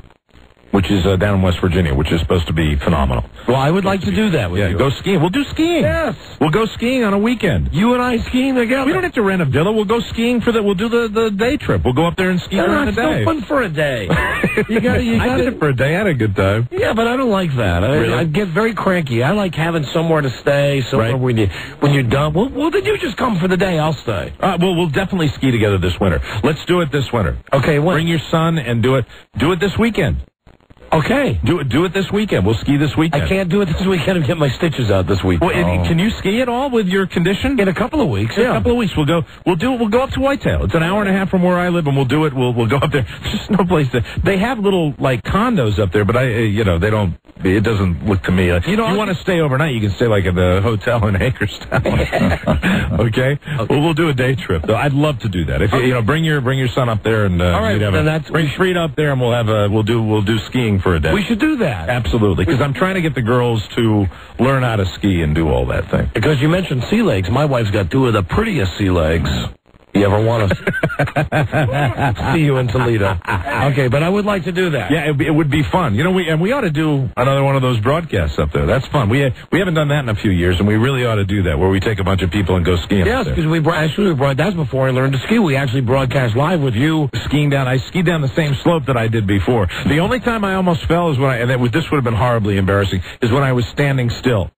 Because, I go a few feet, stop, a few feet, stop, a few feet, stop. Not really conditioned to skiing yet. And I was stopping, looking around, and I looked behind me at somebody who was skiing behind me and almost lost my balance standing still. That would have been mighty embarrassing. All right, well, then that's a date. Absolutely. Let's do that. A lot of fun. Buzz, and I know, of course, yes, you're so brittle, so fragile. Yes. I would ask you, but... I know. Thank you. I know, Buzz. I know. The bone. Do you ski, Buzz? No, I don't. I've never had any interest in it. I have a great fear of snapping bones. No, come on, seriously. Do you ski? No, I do not ski. Would you like I have to never learn? skied. No, not really. Okay. All right. Ed? The only time I skied was on this show. I fell down. Did you enjoy it? That was okay. I'd go again. Oh, you too. All right. Well, good. We'll do a skiing trip, and not with tape recorders or anything. We'll have fun. We'll just go in real life and do it. Go really enjoy ourselves. Oh, and speaking of tape recorders, goddamn, I got to go to a lunch with Dennis this week. That's right. Oh God! Down at the Palm Restaurant. Show me more. But I want to keep the game. But the day a secret timeout. When we come back, the guy John O'Hurley, host of the new To Tell the Truth, and of course Peterman. On Seinfeld. No, we'll be right back with him. This is the Don and Mike Show. You have to think of the audience as a child that you're in charge of. And you have to do right by the child, and the child will ask for things that they shouldn't be given, because it'll make them ultimately less happy. It'll be a better feeling for them. They'll look back on this thing and have something that they experienced in their lives that didn't go to hell. Soothing your severe buttock trauma. The Don and Mike Show. All right, very exciting today on the show. Big showdown with WNEW. I'm sure we'll have fallout to tell you about on that tomorrow's episode. Oh, I'm sure you'll be having a few conversations. But we're done there. And we got Elvis's birthday today. And that's right. We got the To Tell the Truth guy coming in now. John O'Hurley. And frankly, I don't know dick about this new TV show he's on. I do know it was a classic show. It was here he is right now, ladies and gentlemen. John O'Hurley. Yes, he said dick. Yes. I did love him on Seinfeld and his commercials. And hi, John. How are you? How you doing? Do you mind tremendously we ask your handler to leave the room? Outside, please. We like our private time with our celebrity guests, sir. You understand that. That's right. They hurt me, though. Mm-hmm. Look at you. God, you're a handsome man, sir. Oh, I know you have higher standards than that. No, look at you. God, you're beautiful. Yeah? So this is the way you talk in real life? No, actually. It's all done. Most of it's done with mirrors. Now, listen, I'm just goofing when I said I've not seen your show To Tell the Truth. I've seen the show To Tell the Truth, and I want you to tell the truth now, please. All right. Paula Poundstone. You know what Charlie Broyle just did? What? Just cracks me up. Charlie Broyle gets two Post-it notes, puts them in front of John O'Hurley, puts one that says Mike and one that says Don, puts an arrow pointing over towards me me and an arrow pointing towards you. I've never seen him do that with anybody. That's right. John, did Charlie pick up on you being particularly challenged or something where you were going to require that or what? Upstairs in the conference room, they have a little test you fill out. And according to the score, I'm not, as they say, all broke out with brilliance. I'm cute, but I'm about as stupid as they come. So Paula Poundstone. No, I'm John O'Hurley. Want me to get you a little Post-it note? I know that Paula Poundstone is one of the regulars on your panel. She is. On To Tell the Truth. She is. And who does she come to the studio with? Boys or girls? That's a good first question. How about that? For 30 seconds, and I was talking about the sexual orientation of my celebrity. Sure, why not? Does she always wear a tie and a business suit? Yes, she does, actually. Okay. She always says it's fine. Who does she come with? Did you ever notice her walking in with anyone? I plead the fifth. You plead the fifth. All right. She has 5 kids that she brings to the studio, though. Does she really? Mm-hmm. Really 5? Is she like Rosie O'Donnell, where she's adopted a lot of children? She's like a Mother Teresa. She really. Really? Oh, truly. I mean, and all the kids, frankly, are all broken wings. 2 of them are crippled. She's. So she's a good person. Oh, in my book, that's Mother Teresa, right there. Okay. All right. Good lady. You're funny. You're funny. You're funny just when you talk in real life. You're like because he's the guy. Yeah. You were completely and totally typecast. I saw you. Yeah. I feel like going into the Joe Pesci routine. What do you mean funny? How am I funny? Huh? Am I real funny to you? Like funny, like ha? Do I amuse you? Do I amuse you? I think we have that tape somewhere lying around too that we play all the time. You are though the same guy as on Seinfeld. I mean, at least your mannerisms and the way that you speak, and you're also that way in the... What's the commercial where you wore the coat? I have a stick up my ass, you're right. What is that commercial, that's a long-running commercial you do with the togas. Oh, the togas. Xerox? Xerox, right. I play God for Xerox. And I don't hand out titles easily. That is the real you. So when that had to be a great gig, because when you got the gig on Seinfeld, you are you. You didn't have to, tweak it up. You just had to overplay you. He's a little tweaked up. You overplay you is what it is. That's all it is, exactly. That's cool. There are a lot of people like us, I'm sure you get this, who love the Jerry Seinfeld show, but beyond Jerry, who in a lot of episodes really was worthless. He was a good barometer. The people that we liked the most were like you and the guy who was Putty, Elaine. Sure. All that's why it was a great show. All the fringe characters. Yeah, the fringe characters surrounding cast members. Mm-hmm. Well, that gives the writers a chance to write well. I mean, Jerry's characters is not interesting because he's got to be kind of the normal guy. That's what's normal, and all the chaos operates around him. It's a standard sitcom. Are you friends with Jerry? Am I friends with Jerry? Is he like a really good friend? You mean? Is he acquaintance? Is he a friend? No, actually, we developed a real good friendship. I don't see him that often anymore. I'll see him this week probably when I go to New York. So when you go to New York, will you call him? Yes, I will. And now when you He'll call be right up the street from the hotel I'll be staying at. Will you have to call his secretary? Will you have to call his manager? Or will you call Jerry directly? I will call Jerry directly. Wow. Directly? Oh, all right. Then you're a pal. Directly. Actually, we have the same producer. The people that do his American Express spots and the people that do my Xerox spots are one and the same. Oh, really? Yeah. Except he hasn't bankrupted American Express, and I've taken Xerox back to pre-IPO status. So you consider him to be a friend? I do. A friend. Have you seen his house? The one out in the Hamptons? The Billy Joel house? Oh, no. I've seen pictures of it. I don't go out to the Hamptons. They won't let me there. Oh, really? Yes. Who else? About killing property values. Mm-hmm. Who else from that show would you consider to be a friend? Jason. Jason Alexander. Yeah, Jason Alexander. And Julia. Michael, I don't see that often. Who did you hate from Seinfeld? Nobody, really. Oh, come on. No, seriously. Not even a bit player? There wasn't any. No, everybody was. Nobody was really, got on your bad side. What about that Johnny Cochran guy? No. Oh, no. He's a fine guy. No, there wasn't anybody. Everybody just was glad to be there. It was the nicest working environment. Now, you chose to do this To Tell the Truth thing after the stint on Seinfeld, and you did the commercials. Did you want at any time to do more sitcom kind of things? Like maybe, it's hard to say. Yeah. Doing a spin-off with a character like yours. They had talked about a spin-off of Peterman, but I think that would have gone the way of what Michael Richards did. It was just, I think it was... You feel bad for him? No, I don't. But I think he was a sitting duck. I mean, and if I had done a spin-off of Peterman, it would have been a sitting duck. It could never be as good as the ensemble that was put together that, Were you ever a classical music announcer? No, I started. No, you sound like you could do that. You sound like you could say, "Oh, that was Beethoven's Fifth Symphony today." That could be. Are you a classically trained actor? Where does this all come from? Is what I'm getting at. Are you really classically trained? I am classically trained. Do something classic for us. Shakespeare, do a soliloquy. Come on. Do it. Buzz, right there, our newsman, right across the glass over there. He can do Shakespeare. He can do it right off the top of his head. Can he do Peterman, though? Can you do Peterman? Absolutely Buzz, not. do some Shakespeare, and then let's see if John can one-up you. No, better yet, see if he can name the thing you're doing here. Do it, Buzz. Where be these enemies? Capulet, Montague. See what a scourge is laid upon your hate, that heaven finds means to kill your joys with love. Name it, John. And I, for winking at your discords too, have lost a brace of kinsmen. Can you name it? Yeah, that was Puck's Wet Dream and Midsummer Night's Dream. You got it. That's great. That's great. All right, now it's your turn. Now you do one and see if you stump Buzz. All right, very good. He will. Oh, look at this. This is the cultured part of the show right He's now. acting right now. Yes, he's acting. I will actually give you a monologue, better than a classic one, a Peterman monologue that was cut from Seinfeld. Oh, good. All right.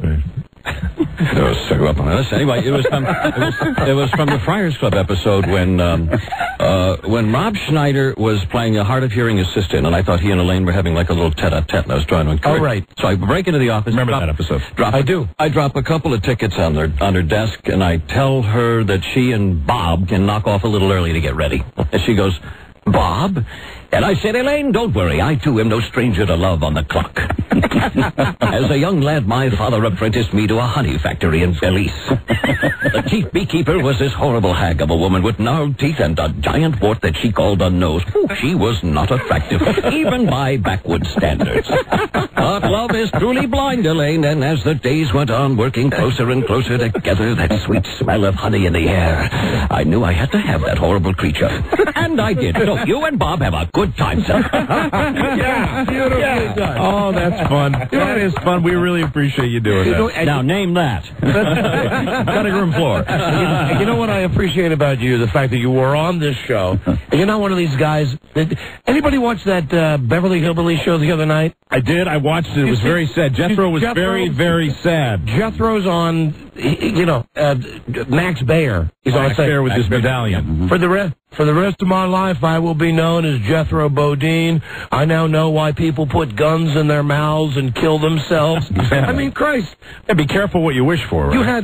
You had a cherry gig, and people still love you for it. I have the greatest life in the world because of it, and I don't. And I would imagine that you get that probably more than a lot of actors when you're Peterman and people, probably producers just say, can you do, how many things are you offered like that? I have one. I have a sitcom on Thursday nights now on Following Friends called, this week it's called The Weber Show. Last week it was called Cursed. Okay. I haven't killed that yet, but it's gone. Yeah, that show. The character's back over there. Essentially that's what it is. That show that you're on with the guy from Wings, Steven Weber. Chris Elliott is on that show. He's very funny also. Yeah. It's a nice cast, really nice cast. But the show, did I just read about it today that they're going to pull it off for sweeps? They're going to pull us off for sweeps because they don't feel the show is strong enough to go up against Survivor. Television programming is more like playing chess now. It's like, with a bunch of idiots out there that don't even know the game. So, you just go, okay, whatever you think. But you got to be doing great, right? You got the Seinfeld thing. It even gets worse. I have my own golf show. Believe it or not, the PGA. You have a golf show? Yeah, the PGA. I host the PGA Tour show every week called Get Golf for the PGA Tour. Mike loves golf. When do you see that? When can you see that? How does one go about seeing that? We're back on the air January 21st, USA Cable. Really? Yep. What's your handicap? I'm a 4. Really? Mm-hmm. Oh, wow. Of course he is. He's beautiful. A 4 is good, right? 4 is very good. Well, a 4 is okay if you're not going to win any money with it. It's not going to win any money, but you can play and throw in. You will walk up to the first tee and you'll introduce yourself to the 20 handicap you're going to play and then load $400 right into his hand. Because there's no way you're going to beat him. What he's saying is he is a player of such an ability, a 4 handicap, that he has to give strokes away a lot of times when he plays like a money match. He's going to play against good. So if you play a 20 handicap, the guy says, well, I'm a 20, and he says he's a 4. He's being honest. The guy with the 20 is going to rake him over the coals and take all the money. Well, I'm super into golf. That's cool. I'll watch for that. You're a good-looking guy. You have 3 TV shows on right now. You're incredibly popular from the last television show that you were featured on. Yeah, this is awful. This is not looking good. Do you travel all around? Yeah, I'm sorry to stay on the golf thing. You travel all around to like all the nice golf courses? Let me put it this way. Hosting the PGA Tour show is a little bit like if I said to you, Mike, I know you like women, so we're going to take you to any strip club you want to go to each week. Really? That's what it is. I can basically go to any golf course I want to, and we just do the show from there, and I have a lot of fun. And they see you coming, and they just lay out the red carpet for you and everything like that. Hey, good. Yeah, Are you a single guy? Man. Yeah. I live in an airplane, so no one will have me. Oh, wow. Or procreate with me. You get laid a lot? No, well, I just answered that question for you, didn't I? When you get laid a lot, do you get laid mainly from Seinfeld, the commercials, the Steven Weber show, To Tell the Truth, your golf show? It's mostly the physical, actually it's physical ability, I would say. Of course. Well, I want you to look across there and you see small hands and small feet. All right? I think that ends that argument right there. That's why I live in an airplane. Oh, man. But, I mean, if you're a single guy, you like to golf, I mean, that's not a bad life, I guess. Oh, Mike, you know who else is on To Tell the Truth? Who? Kitty Carlisle. Kitty Carlisle! Now, listen, she was on one show. Is that really Kitty Carlisle? Is that an animatronic dummy? We had her on for one show. It was her 90th birthday. I saw the show, and I wondered what cemetery you dug her up out of. She is... It was on a couple weeks ago. We were on vacation. It was her 90th birthday. She's still sharp as a tack, and she's... Oh, please. But she is. You know, listen, when you're 90 years old... not a chance I'll make it then. I don't think either one of us will make it to 90 years old. So, yeah, it was... Your misspent youth's going to kick in a lot earlier than hers did. You see, To Tell the Truth, going for a long time, or were you going to do this for, like Gary Moore did for a good chunk of time? Listen, it's the greatest job in the world. Mm-hmm. This is, we work every other weekend. We shoot 10 shows on a weekend. What more could I ask for? Haven't we always said that game show hosting is great gig? Have you ever done any DJ work? Because, I mean, so many times, like when you think of the days of Jim Lang, Tom Kennedy, all those guys, they were DJs out in Los Angeles that went into TV game show hosting. No, I never did any radio. No, they've got higher standards than that. Good, though. Who is your game show MC mentor? I don't really have one, actually. Because I'm not really I was never a big fan of the format. How many could you name? I can name the guys that did To Tell the Truth, but that's probably it. Who's the host of The Price is Right? You know that. Yeah, I'm sure I do. Yeah, of course. What's Bob Barker, Alex Trebek, I can name. Okay, who's the host of the New Hollywood Squares? Tom Bergeron. Okay, a good friend. Before him. Who did Hollywood Squares before that? Hey, I've got the ultimate question. And who hosted John Davidson, the fantastic show Press Your Luck? We all know that. Press Your Luck. Whenever you're discussing game shows, sounds like something the Playboy Channel got a hold of. Tonight on Press Your Luck, the immensely talented Peter Tomarken. You mean you never saw that show Whammy? They had a little cartoon Whammy come out which would take everybody's money. He looked at the clock. When we got into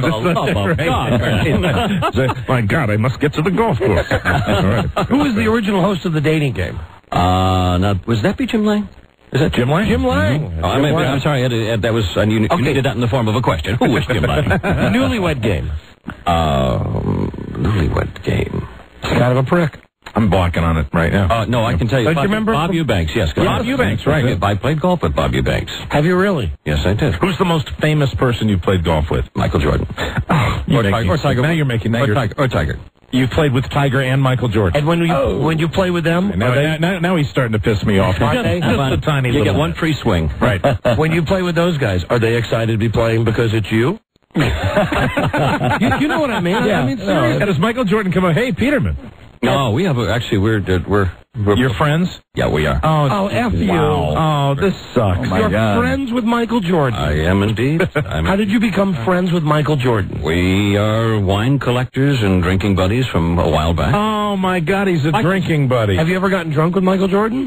We've had some late, but we drink red wine. Now, wait, who was talking about red wine earlier? I was. Don was talking about red wine. I was taught, yes. I was hearing the... Do you remember the wine you got? Maybe he'd know the wine you got. No, I'm sure I'm sure he would use that as a urine sample. For us, $150 for a bottle of wine is a lot of money. Was a lot of friggin' money. It sure is. And you played with Tiger Woods. Mm-hmm. You've actually played 18 holes with Tiger Woods. Actually, I played with him back when he was 12 years old. His high school coach was my ex-wife's. Let me walk this down here. Uncle. So really, and it's still a very good friend. He's still a very good friend. So at 12 years old, what was he shooting? Under par. You know, let me tell you. You want the most staggering statistic about Tiger Woods, and you will understand this, but unfortunately, Don will not. In the second place high school athlete or golfer in all of Orange County, which is where Tiger was playing high school golf, was an average of 2 strokes over par.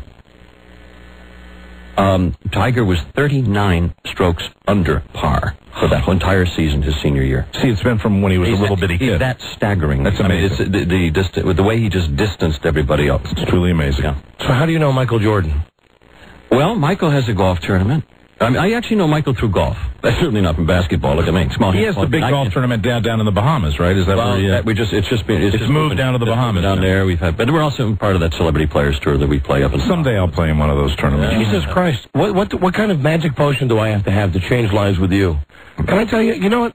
I get up and do you honestly want my life? I take my kid to school every day. I come home. You know what? My wife busts my balls and, and tells me that I'm useless. Take up the game. Take up the game again. No. Take it up seriously. We'll get invited to all those things. I don't want the golf. I want all the accoutrements. You could have the two of you could have your own golf tournament together. Mm-hmm. Yo, you can imagine anything more insufferable than that. Look at this. This guy got 5 TV shows on at once. I know. Getting laid all the time. You just gave me 2 more. Friends with Michael Jordan. Friends with Tiger Woods. I know, it sucks.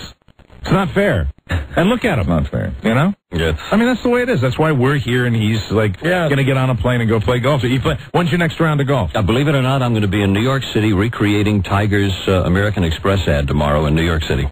Really? Yeah, you know the American Express one where he shoots across? You know, if you were I'm going to be doing it in the snow up there. Fantastic. If you were not such a likable guy, you would really be a prick. Because you have so much going for you. And I can't get a date. Oh, please. Really? BS. I believe that. Listen, Robbie, give me my sex music. We're going to give John the sex quiz. Now, John, we have to tell you something. We've had some problems recently with this sex quiz. We had a very, very large upheaval when we gave the sex quiz to Emmy winner Patricia Heaton.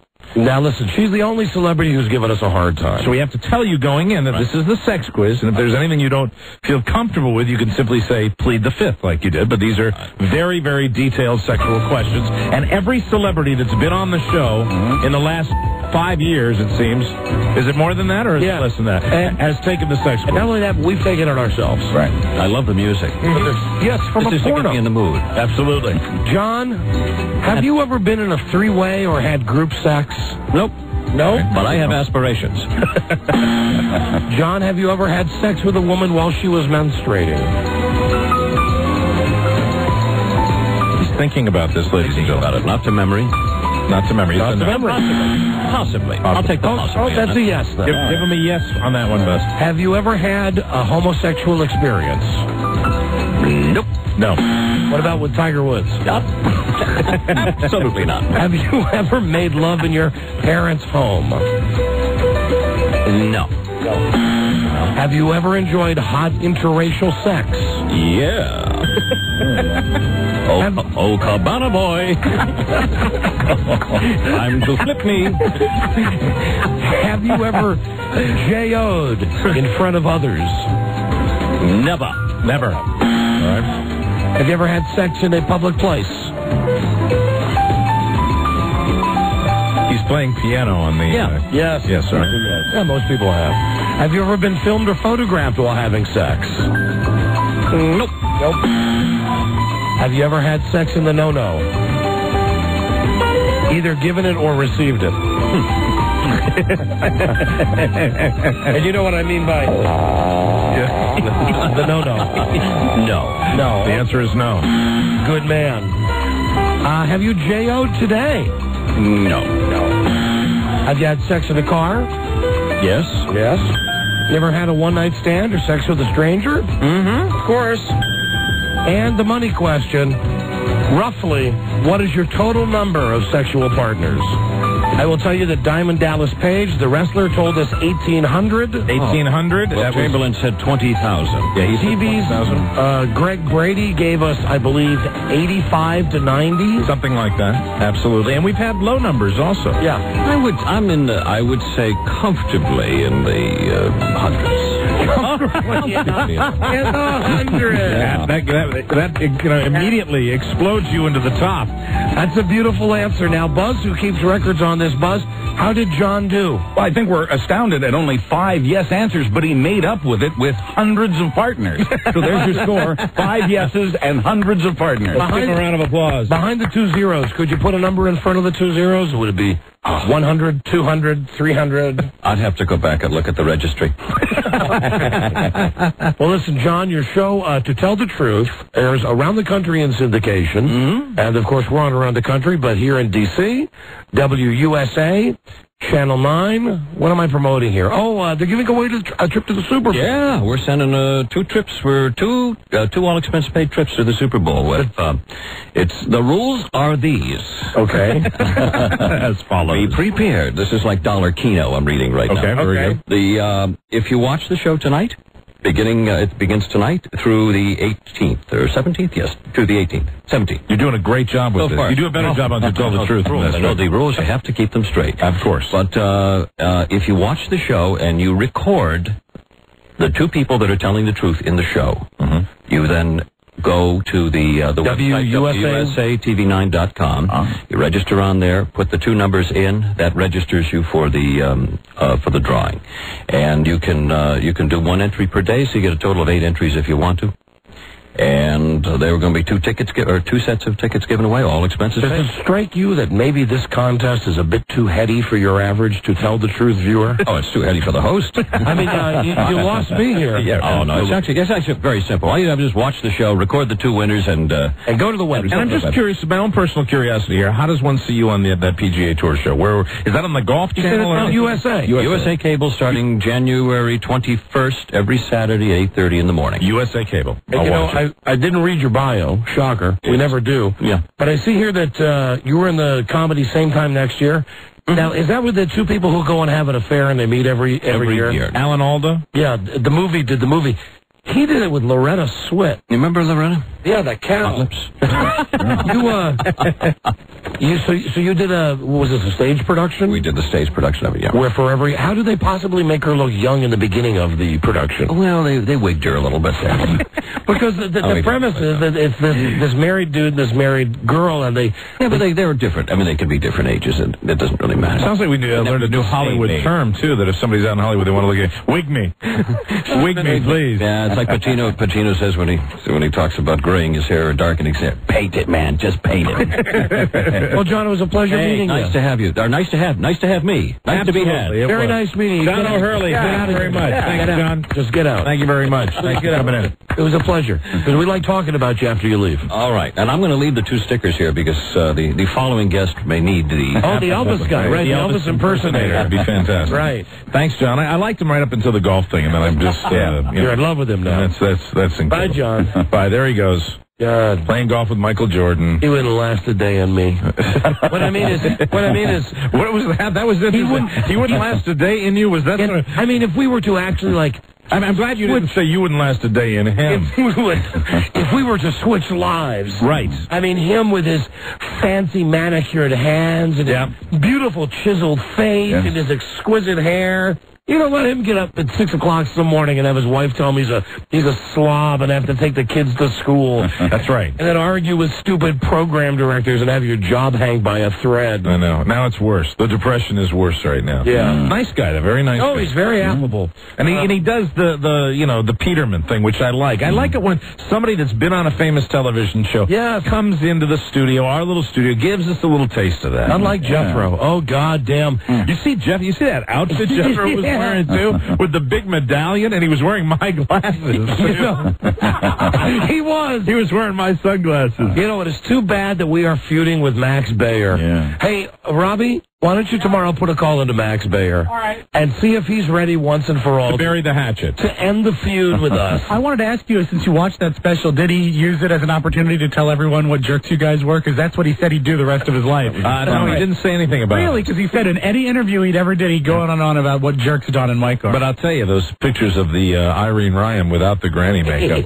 Oh, baby. Oh. Yeah. For the funniest part, Jessero's here, and he's got this, Mercedes thing around his neck. He just looked like, seriously, like a jive casino character. I said, for the rest of my life, wherever I go, I'm going to be Jethro Bodine. You know why they hired him? Did you hear that part where it's the stupid grin? No, I didn't. They put him on. It wasn't because of he couldn't do the accent. At the time, he didn't know how to do the accent, but he had the stupid grin. So that's how he got the gig. He had a very stupid grin. And Buddy Ebsen, it was really one of the best true Hollywood stories that I've seen in a long time. I mean, if you like the Beverly Hillbillies, they gave more insight to behind the scenes. And one of the things that amazed me was that Buddy Ebsen took the role only on the condition that Jed would never be the butt of jokes. That they would never be pointed at Jed. And if you think about that, he never was. Jed was always that kind of above the fray. Right. Pretty cool. And what is it that Jethro said? Oh, when he was doing this whole thing, he said, I'll always be known as Jethro Bodine. Donna, what's her name? Donna Douglas. Will always be known as Ellie Mae. Ellie Mae, right. Now, as I watched the show, I saw that Ellie Mae had no problem being... Ellie Mae was all dressed up as Ellie Mae like at 70 years old. Right. She had the shirt that tied around her, around her belly, and she said like a million times, y'all come back now here. Absolutely. Like she had no problem being Ellie Mae. Sure. I guess Mr. Drysdale, they didn't interview him or Miss Hathaway because I think they're underground now, aren't they? Yes, they are. Very good. But amazingly, Buddy Ebsen hangs on. I like being on the show, Mr. Drysdale. Let me out of here. All right, time out. The Elvis guy in a second, but first, clear these lines. You know, we do have cash money trying to give away now with secret song number 3. It's very complicated. An impossible song. Give you a shot at the money if you're the 100th person to call us now on the toll-free at 877-365-3636. This is the Don and Mike Show. What's up, guys? Tom Gavin, you're a monster. You have shown me something. Tom Gavin, it's 2001. You got to show me something more. Jesus Christ, I'm going to say, Don and Mike live in the Super Bowl 3 weeks from now. They will show you something. Everybody loves Don and Mike. Under the direction of Andrew Blake, it's the Don and Mike Show. We're going to hold off with the Elvis guy for just a second. Today is Elvis's birthday, and I think we've shown incredible restraint. Yes, we have. I mean, of course, it was helped by the fact that we had to get all the crap with WNEW done at the beginning of the show, and then... Very good. Then Peterman came in. Peterman. With all of that, we've still not even touched on the fact today is Elvis's birthday. Hey. And we're going to have a special Elvis treat for you in a second, and we're going to hear the entire... unabridged, unedited Elvis rave out. This is when he was out in Las Vegas, and he raved out on stage about things that had been said about him, written about him, and he was talking about how he was, sober as a judge when in fact he was completely wasted. At this day and age, Jack, you can't even get sick. I was in a hospital. AIDS, Jack, people talking. Freaks who carry your luggage up to your room. I got sick in the hospital. Man, this day and age, you can't even get sick. Strung out. I've never been strung out on anything except music. Music, Jack. Music. Come on, Jack. His name is John O'Grady. It will fascinate you.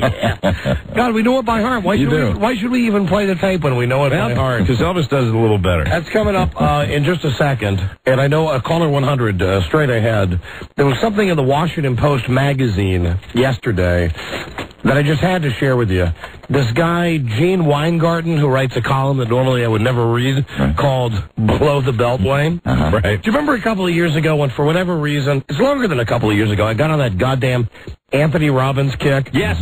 Where I bought those stupid tapes. Right. We were all very frightened during that period of time. We were worried about you. You told me I was an idiot, and it finally all came to a head when I actually went to one of his gigantic meetings where all he had people do was stand on chairs while he played I'm Your Boogeyman by Casey and the Sunshine Band. And told people to live with passion. Right. I came back and I said, the biggest huckster in the history of man, I learned nothing about myself. And they dissed you. The real reason, though, was that they didn't let you meet him.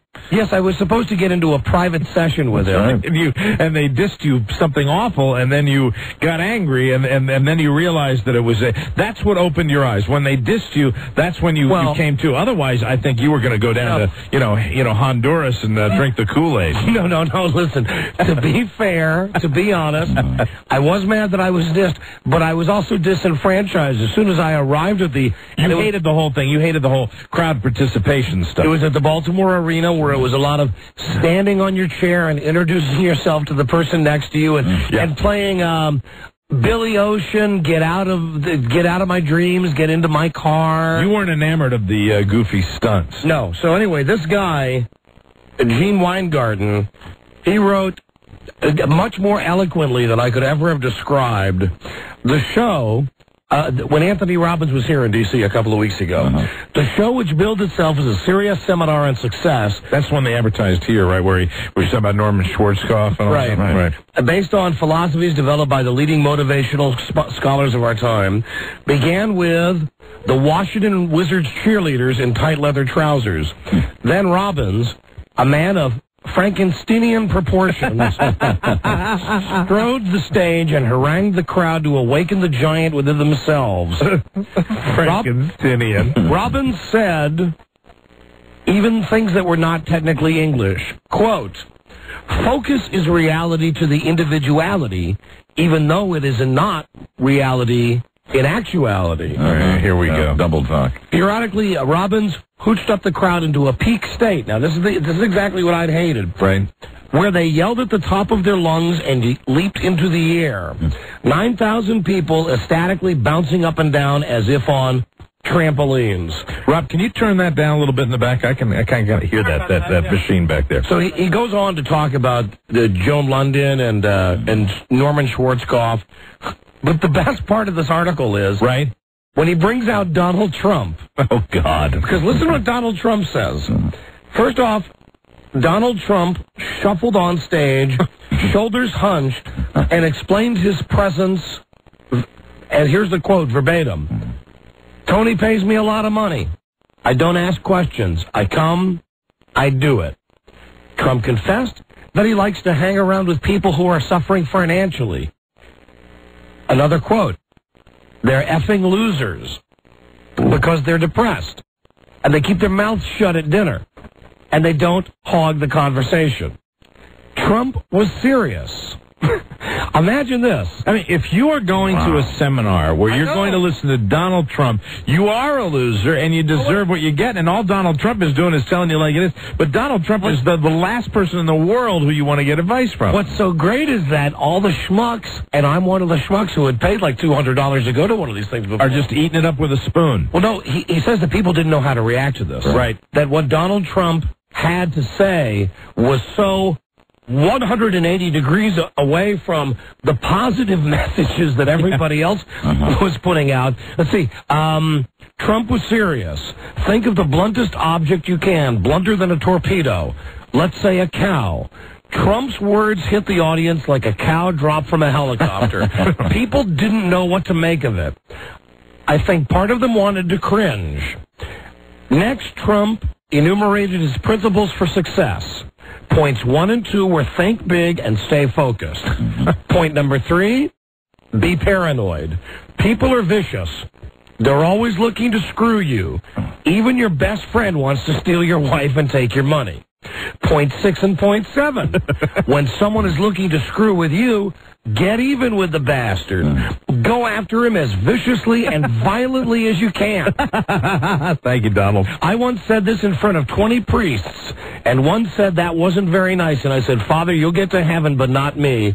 And in the meantime, I have to go by my principles." Oh. To me, this is the funniest, and it's only funny to me because I've been to this Tony Robbins thing. Right. Where all he preaches is, hey, it's positive mind over matter. You put the brainwashing tapes in your car where you say to yourself, I can achieve my goal. I am a positive person. He hires Donald Trump, and Donald Trump says, everybody wants to screw you. Even your best friend wants to steal your wife and take your money. It's fantastic. Yeah, Donald, this is his big, motivational seminar. And they say, why'd you come out here? Because Tony pays me a lot of money. There you go. I don't ask questions. I just come and I do it. So then the guy ends the article by saying he calls Donald Trump, and he wants to tell Donald Trump that he wants to make fun of the entire Tony Robbins event, and he wants to do it as viciously and violently as possible. It's richly deserved, but I feel guilty about being mean. What do I do? Who's talking right now? Okay, this is the guy who's writing the article. Okay. He's talking to himself. He's saying, I want to call Donald Trump now and get Donald Trump's response on the fact that I want to write a bad article about the Tony Robbins experience. Okay, all right. Donald Trump's answer, Jesus Christ, that's an interesting question. Pause. I say go for it. Write the article. Sure. I've never had any love for Donald Trump and, and that raccoon on top of his head. Yep. But that had to be for those 9,000 Moonies who were at the MCI arena. Had to be kind of a rude awakening there. Oh, I can only imagine. God. I mean, Tony Robbins strikes me as a guy that has a rather tightly controlled ship, and it's almost like he was ragging on the whole experience. Now, in that article, did Tony Robbins want him to do that? Is that what he hired Donald Trump to do, to come out and rag on the whole thing? I can't believe it, because it says, by and large, Tony Robbins' message is touchy-feely. Right. He has the audience hug each other and administer back massages, but the final speaker turned out to be Donald Trump. Oh. To say that Trump has class doesn't do him justice. You know, it's so funny.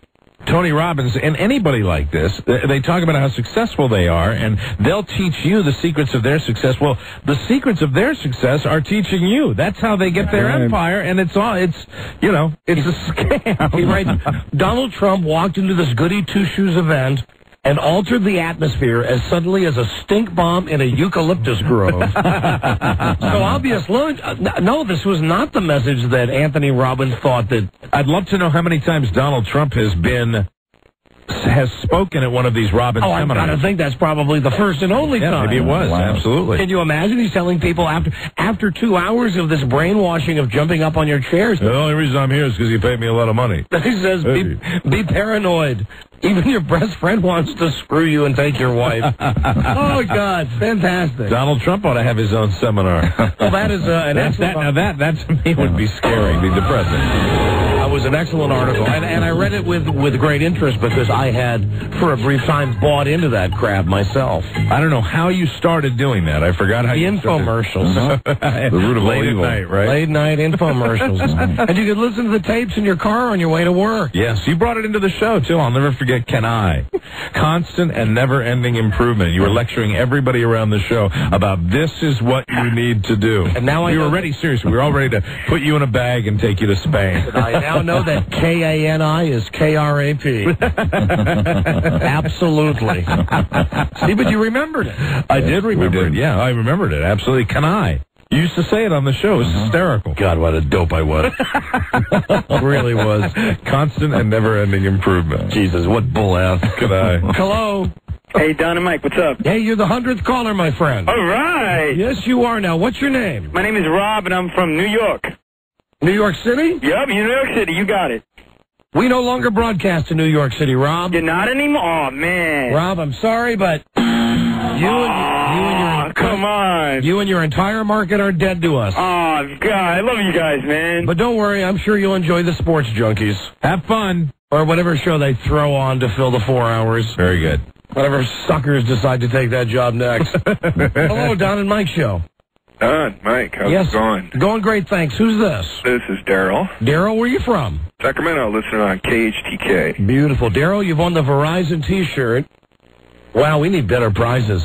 Even though Bell Atlantic has changed its name to Verizon, nothing changes. Nothing changes, Don. Enjoy your free shirt. Are you ready to go for the money? Absolutely. Here you go. Here's the reason you called. Secret song number 3 will play you a clip from the song. Now, it has been digitally altered. Very much so. It was a top 10 song. Good luck. Give us artist and title. You win $500. Please don't answer until Mike sings like. We wish you Godspeed. Caller, name this secret song. And there it is. Incidentally, John O'Hurley's favorite song of all time. Ah, very good. I don't want to give you a clue, but you know the guy who was just here from Seinfeld, he loves the song. And the odds are in my favor. Yes! Oh, yes! Right. What's the song? Well, I think it's Fame by David Bowie. That is an excellent guess. Oh, very good guess. We're sorry. An excellent guess. Thank you, my friend. Thank you. And don't forget that every guess is a clue for you. For you. You know, that was a really, Robbie, that was a good guess, huh? Yes, very nice. Very nice guess. Nobody's going to get this one. No, they're You not. made it go too fast. No, they're not. Just a bunch of audio mush. We didn't make it go too fast. Whatever you did. We did not. It's unrecognized. We did not. Mike, listen. Enough with all that. That's right. You ain't nothing but a hound dog. Crying all the time. Crying all the time. You're nothing but a hound dog. It's Elvis's birthday. All right. Nobody loves Elvis from Memphis like we do. Elvis! Now, here's the story. I want to give you a little hype on this guy before we bring him in, okay? Local man, Stephen St. James, was 6 when he saw Elvis Presley perform on TV. That's when he became a fan. He was 10 when his grandma made him his first ever Elvis suit. At the age of 10, that's when he became an Elvis tribute artist. That's what they call themselves, is an Elvis tribute artist. Stephen St. James of Fredneck, Maryland, doesn't like to refer to himself as an impersonator. Very good. That's negative, he says. Instead, he's memorializing Elvis. Way to go. He'll be on stage January 12th and 13th at the annual Elvis Presley competition and Winter Jam in Springfield, Illinois. He will be competing for $3,000. He's been Elvis for 16 years. Wow. And today, we're going to find out just how seriously he takes it. Because he's going to come in and perform for us. Oh, I'm very excited about this. And then we're going to read him some of our favorite Elvis stories. Okay. Wonderful. And see how he reacts to that. And as we get into this, as we finally start to celebrate Elvis's birthday, ladies and gentlemen, the greatest Elvis tape ever made. Very good. Here's Elvis in Vegas. Oh, have mercy. Thank you. Thank you, ladies and gentlemen. I'd like you to meet one of the fellows who promoted me, the 8th Degree Black. His name is Ed Parker. He is Is this the long version, Rob? 18 temple schools around the country. You're getting the whole thing now. On stage. Maybe the Hilton, right? Yeah. There's another fellow in the audience. Said book. This is booked. It's a friend of mine. His name is John Brady. He's written a book. He was head of the narco squad in Los Angeles for 26 years. He's great. And on the 166th page, he's got about 3 pages about me and my ex-wife or so, and about our friendship, and about that maternity suit. Maternity Turned suit. to be a complete conspiracy and a hoax, man. And just no way. It's so great. So effed up. So I had a picture paranoid. made with that chick, and it's all. I mean, she got pregnant with a camera, a Polaroid, or something. Anyway, it's all in this book. It's one. And watch them Polaroid cameras, boy. But you know what she did? Just listen to this. Listen to how out of breath he is, how impossible it is to understand what he's trying to say. Yeah, and he's defending himself. This whole spiel that he's doing during his concert at the Las Vegas Hilton is really kind of a paranoid ramble. And the greatest thing is the audience laughing and applauding, like trying to support him, and the Trying to band be appropriate. The band also trying to be appropriate later Right. on. And everyone's trying to help him out, but he's just off on his own limb. That's why it's the greatest Elvis tape ever. And when she goofed up, she named the night. And the night she named. See, he came on to talk about a book that he likes reading, and somehow he's gotten onto a paternity suit. He called it a maternity suit. Right. Yeah, paternity suit, and with the camera, and he's just rambling. And nobody in the crowd now knows what he's talking about. Right. He's saying, but you know what? She named the night. Aha! Goofed up. She named the night. And the night she named, my wife was with me in the audience. And that's nice, she said. Ain't no way I'm going to fool around with her out there. You kidding me? So anyway, let me tell you something. If you like things like the French Connection, the Chinese Connection, the British Connection, the knee connection to the jump bone, I'm bone neck to, I'm bone neck to.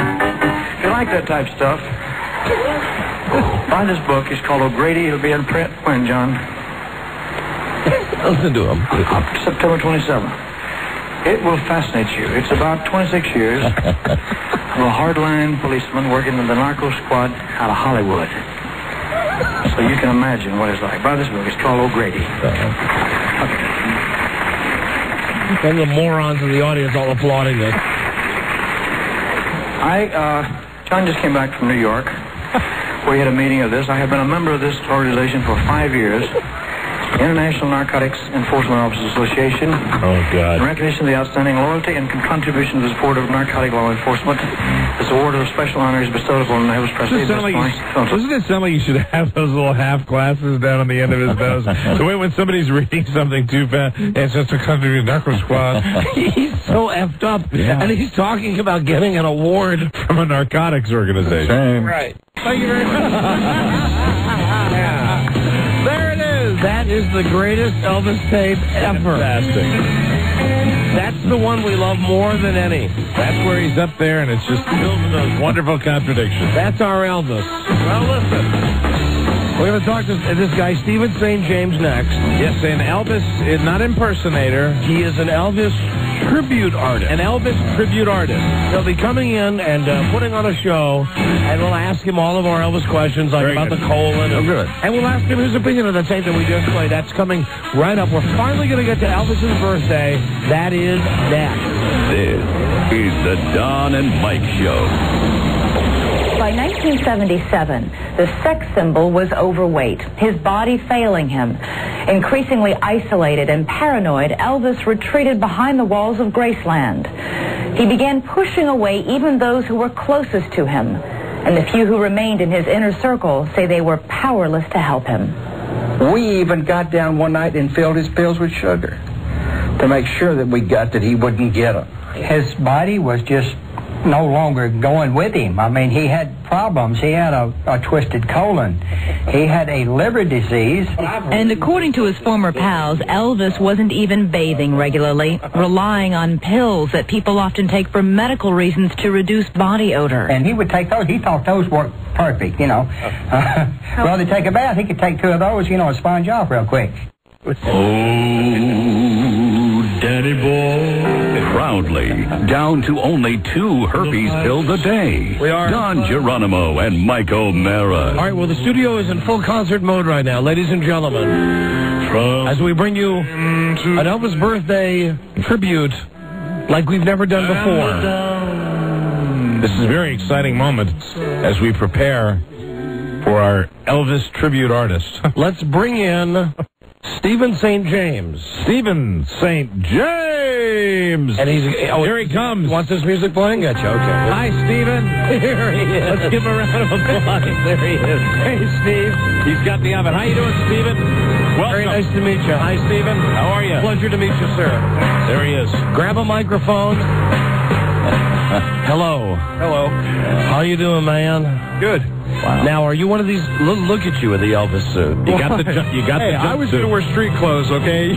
No. This is good. I would have been. You guys were going to, kick at it. If you didn't come in dressed like that, I would have been horribly disappointed. Absolutely. Kicking out the opposite way out? No, this is great. This is fantastic. You know what I love? Look at you're fat like we are, and look at the suit. The suit. I'm not that fat. The suit fits him the way the suit fit Elvis. Okay. Now, did you purposefully get a little tighter suit?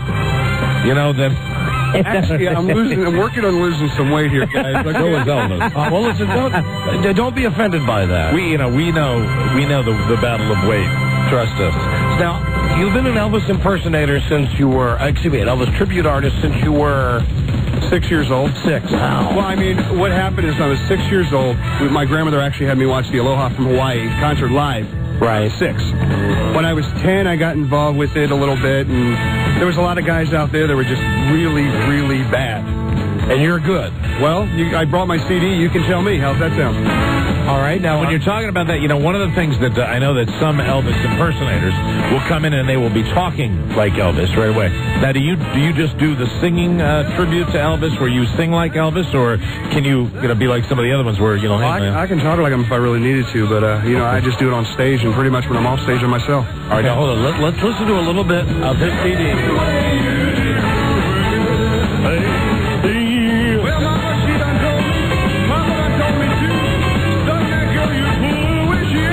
you go do these shows, you dress up in the suit, and you dance like Elvis? We're working on doing a nationwide tour right now, as a matter of fact. I got a major booking agent in Las Vegas who's interested in doing something, and there's a lot of guys out there, like I said, it's a parody. I mean, I don't do it that way. I'm a professional entertainer. I knew J.D. Sumner, which knew Elvis really well for about 7 years. I was good friends with, I don't know if you're familiar with any of the guys he hung around with, but I was good friends with Mike McGregor.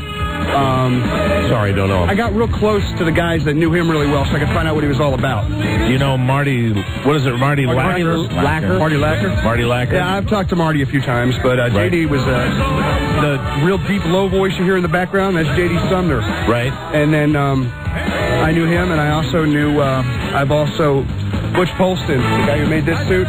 Yeah. This is actually an original, almost an exact duplicate of what Elvis wore on stage. What is your reaction, for instance, to the Elvis tape that we played before you came in?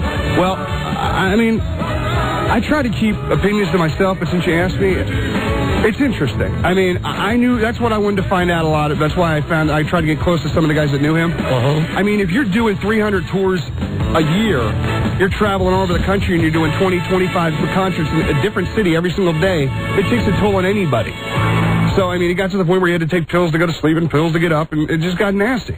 And it just got to a point where he couldn't control it anymore.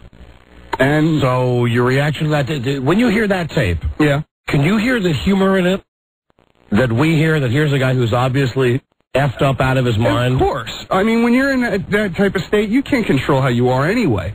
But, I mean, it's just that, I don't know, Elvis had a lot of bad problems because when he was getting older and stuff like that, and Priscilla left him especially, he was all by himself. The only time he ever felt comfortable anymore was on stage.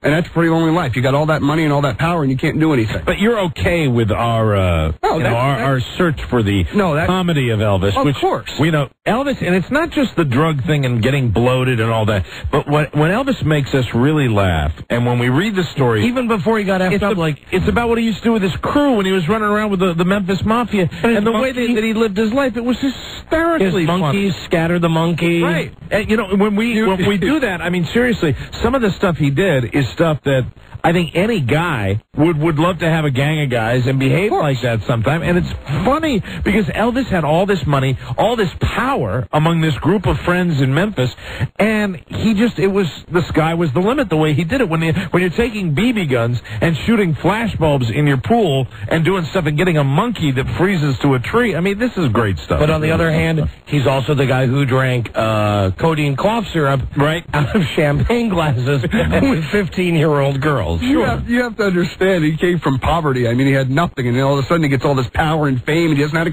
handle it. And he didn't have anybody around him to help him out either, obviously. You know, it's interesting because if you in order to do, you know, I heard you guys when I was coming in here and stuff like that, and you were saying, you know, the guy thinks a lot of himself. The funny thing is, yeah, I'm conceived a little bit. And I'll be honest with you, the reason I am, and it's not that I don't think I'm Elvis Presley in any shape, form, or the way, okay? But when I'm off stage, I'm myself.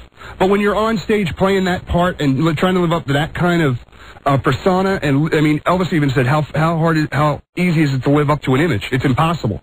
You know, it's a great thing when you've got 4 and 5 guys around you as an entourage, like I do, and I got a limo and everything else. It's so into it. He is into it. It's funny with the suit. Will you put on a show for us? What do you want me to do? We've got some Elvis karaoke.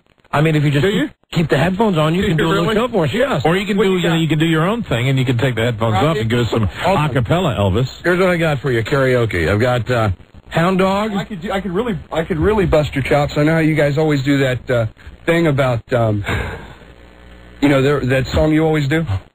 Elvis song you always Welcome do. to my world. Welcome to my do that, or give us a little welcome to our world on the microphone. Oh no, I don't have the music for that though. Can you do that a cappella, Elvis? On there? No, this is just karaoke. No, I'm saying the Elvis track that you usually play. Oh, I've got it. Yeah, okay. Bring it down a little bit, and I'll sing with it. All right. Okay. All right, here we go. Very good. Ladies and gentlemen, you're going to sing seated?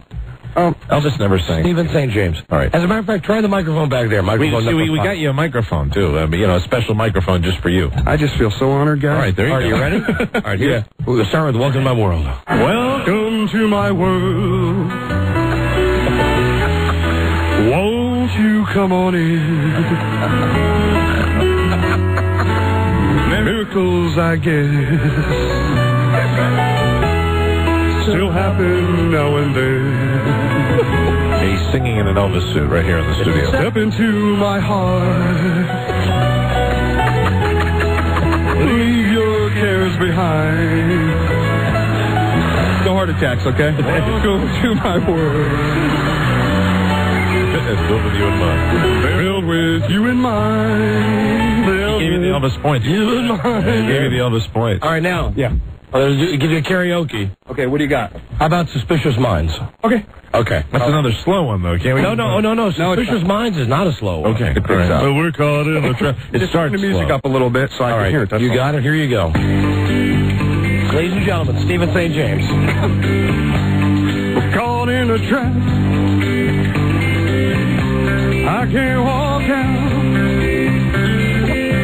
because I love you too much, baby. Why can't you see what you're doing to me? Now, can we have some of the dancing? When you don't believe a word I say. Pretty hard with headphones. We can't go on together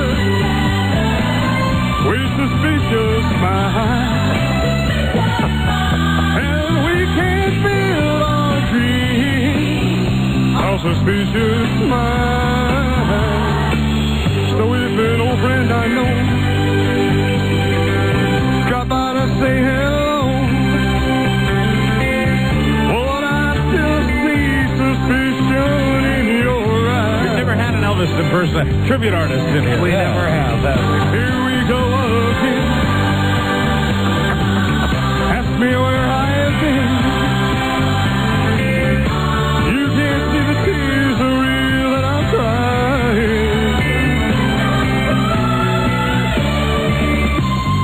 We can't go on together. Oh, my. With suspicious minds. And we can't build our dreams. Sing it, Eve. Oh, suspicious minds. All that I love survive. Oh, no. Oh, dry the tears from your eyes. This is outrageous. Don't let a good thing die. Oh, no. Because, honey, no, I've never lied to you. There you go. Thank you for the point. Yeah, honey. Fantastic. Oh, yeah. Oh, there. Caught in a trap. I can't walk out because I love you too much, baby. Never felt more ridiculous in my life. You know when I got into this business?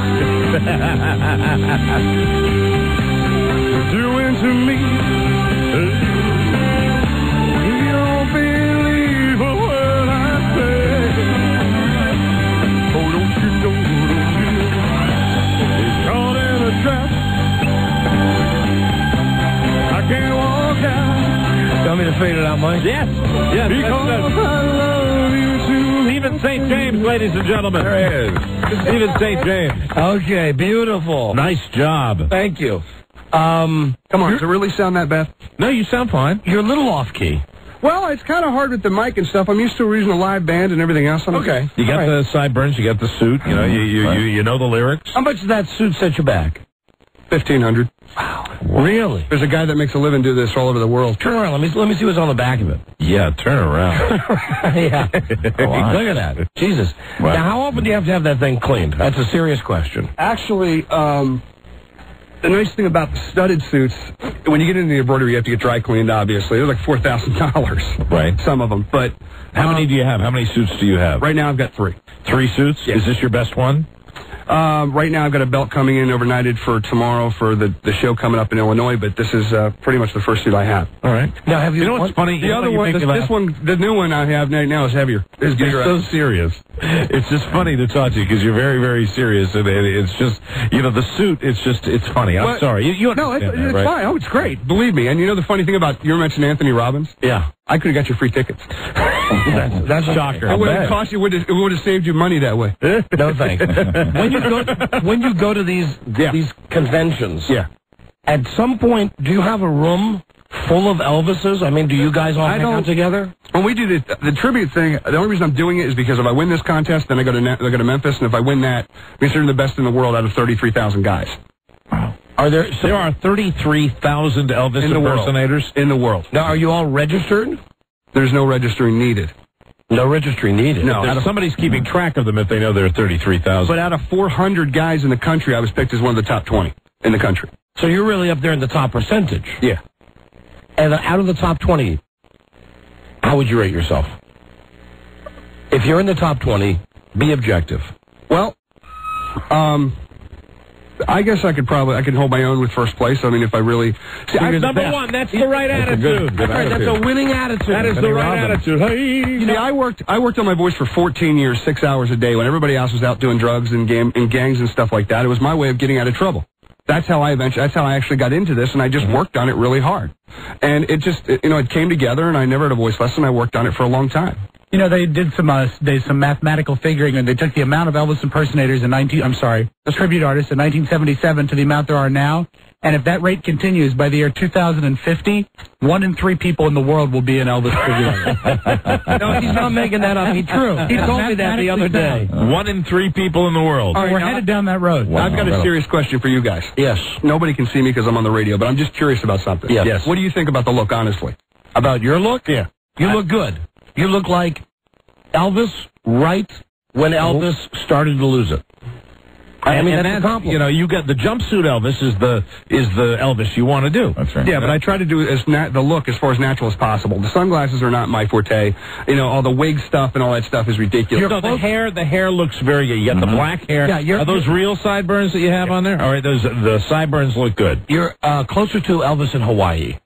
Right. I mean, maybe on the second. Right. It's fine. Maybe on the second stop in Hawaii. I'm kidding. I'm kidding you. I'm a kidder. That's okay. That's no problem. He's kidding you. Absolutely. All right. Well, listen. Must be a Gemini, right? What's that? Gemini. Cancer. Me, Gemini, 20th. Ah, very good. Okay. What's your son, man? Here's a question. Yes. When is this convention you're going to? Is it this weekend? It's this weekend. As a matter of fact, I was told you're going to. You wanted the phone number to call this guy? Yeah, we're going to call the organizer. He's going to be there because he's waiting. So about an hour ago, so I didn't know if he's still there or not. All right. Well, if we don't get him today, we'll get him tomorrow. That's fine. If we could get you, we'll have Charlie give you our hotline. Uh-huh. Call us a week from today. Okay. And let us know how you did in the contest. Sure.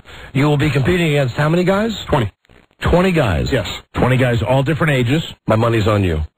Thank you. Mm-hmm. Who's the oldest Elvis impersonator you've ever met?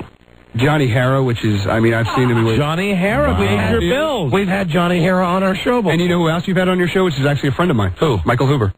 Oh, sure, Michael Hoover. He's in Ocean City all the time. Michael's 52 years old now. Wow. Jesus Christ. How old are you? 33. 33. Well, see, you got it there. I mean, you look like Elvis did when he was 33. So being 33, that. And there's also a lot of guys out there that have the look. It's down halfway decent, but they're 5'6". Right. 6 foot. So it also helps too. All right, we'll get out of here, please. And thank you, Stephen St. James. Call us, Steve. Let us know how you do in the competition. Thanks, guys. Thanks a lot. Best of luck to you. Thank you, man. Take care, man. Thank you very much. See you later, man. You take it easy, man. Thank you very much. Thanks a lot. Thank you very much. Absolutely. Thanks, man. Stephen St. James. There he goes. That's the most ridiculous moment. Why was I so uncomfortable? I don't know. Because be a man in a jumpsuit. Because he was... Oh, God. Hold on. Give me this music back, Rob. Yeah, the music. Give me this music back. Here you go. I had to strike out on music. It was slightly off key, I thought. Well, I think it's tough with the headphones and the karaoke. And the rrhythm. Was on. Surprised me. He was a little off beat. And probably a little nervous. Sure, I'm sure. Being on the show and stuff like that. Hey, but he came in with the jumpsuit. Got to give him credit for that. Thinks he's the best in the world. He does indeed. He sure does. Well, we wish him well. He sure does, Don. He sure does. Mr. Stephen St. James. He's been doing it since he was 6. 6 years old, and he's going out there, and won't that be a fun hotel lobby to be in? we wish him well. We will be. Jesus, that was awful. We'll be right back. This is the Don and Mike Show. You can call Don and Mike anytime, toll free at 1-877-365-3636. That's 1-877-365-3636. They're ready to believe you. Everybody loves Don and Mike. What's up, guys? Tom, Gavin, you're a monster. You have shown me something. I'm Gavin. It's 2001. You got to show me something more. Okay. Jesus Christ, I'm going to say, John and Mike live in the Super Bowl. 3 weeks from now, they will show you something. Yep. Wearing their game day attire, Don Geronimo and Mike O'Mara. Yeah. All right.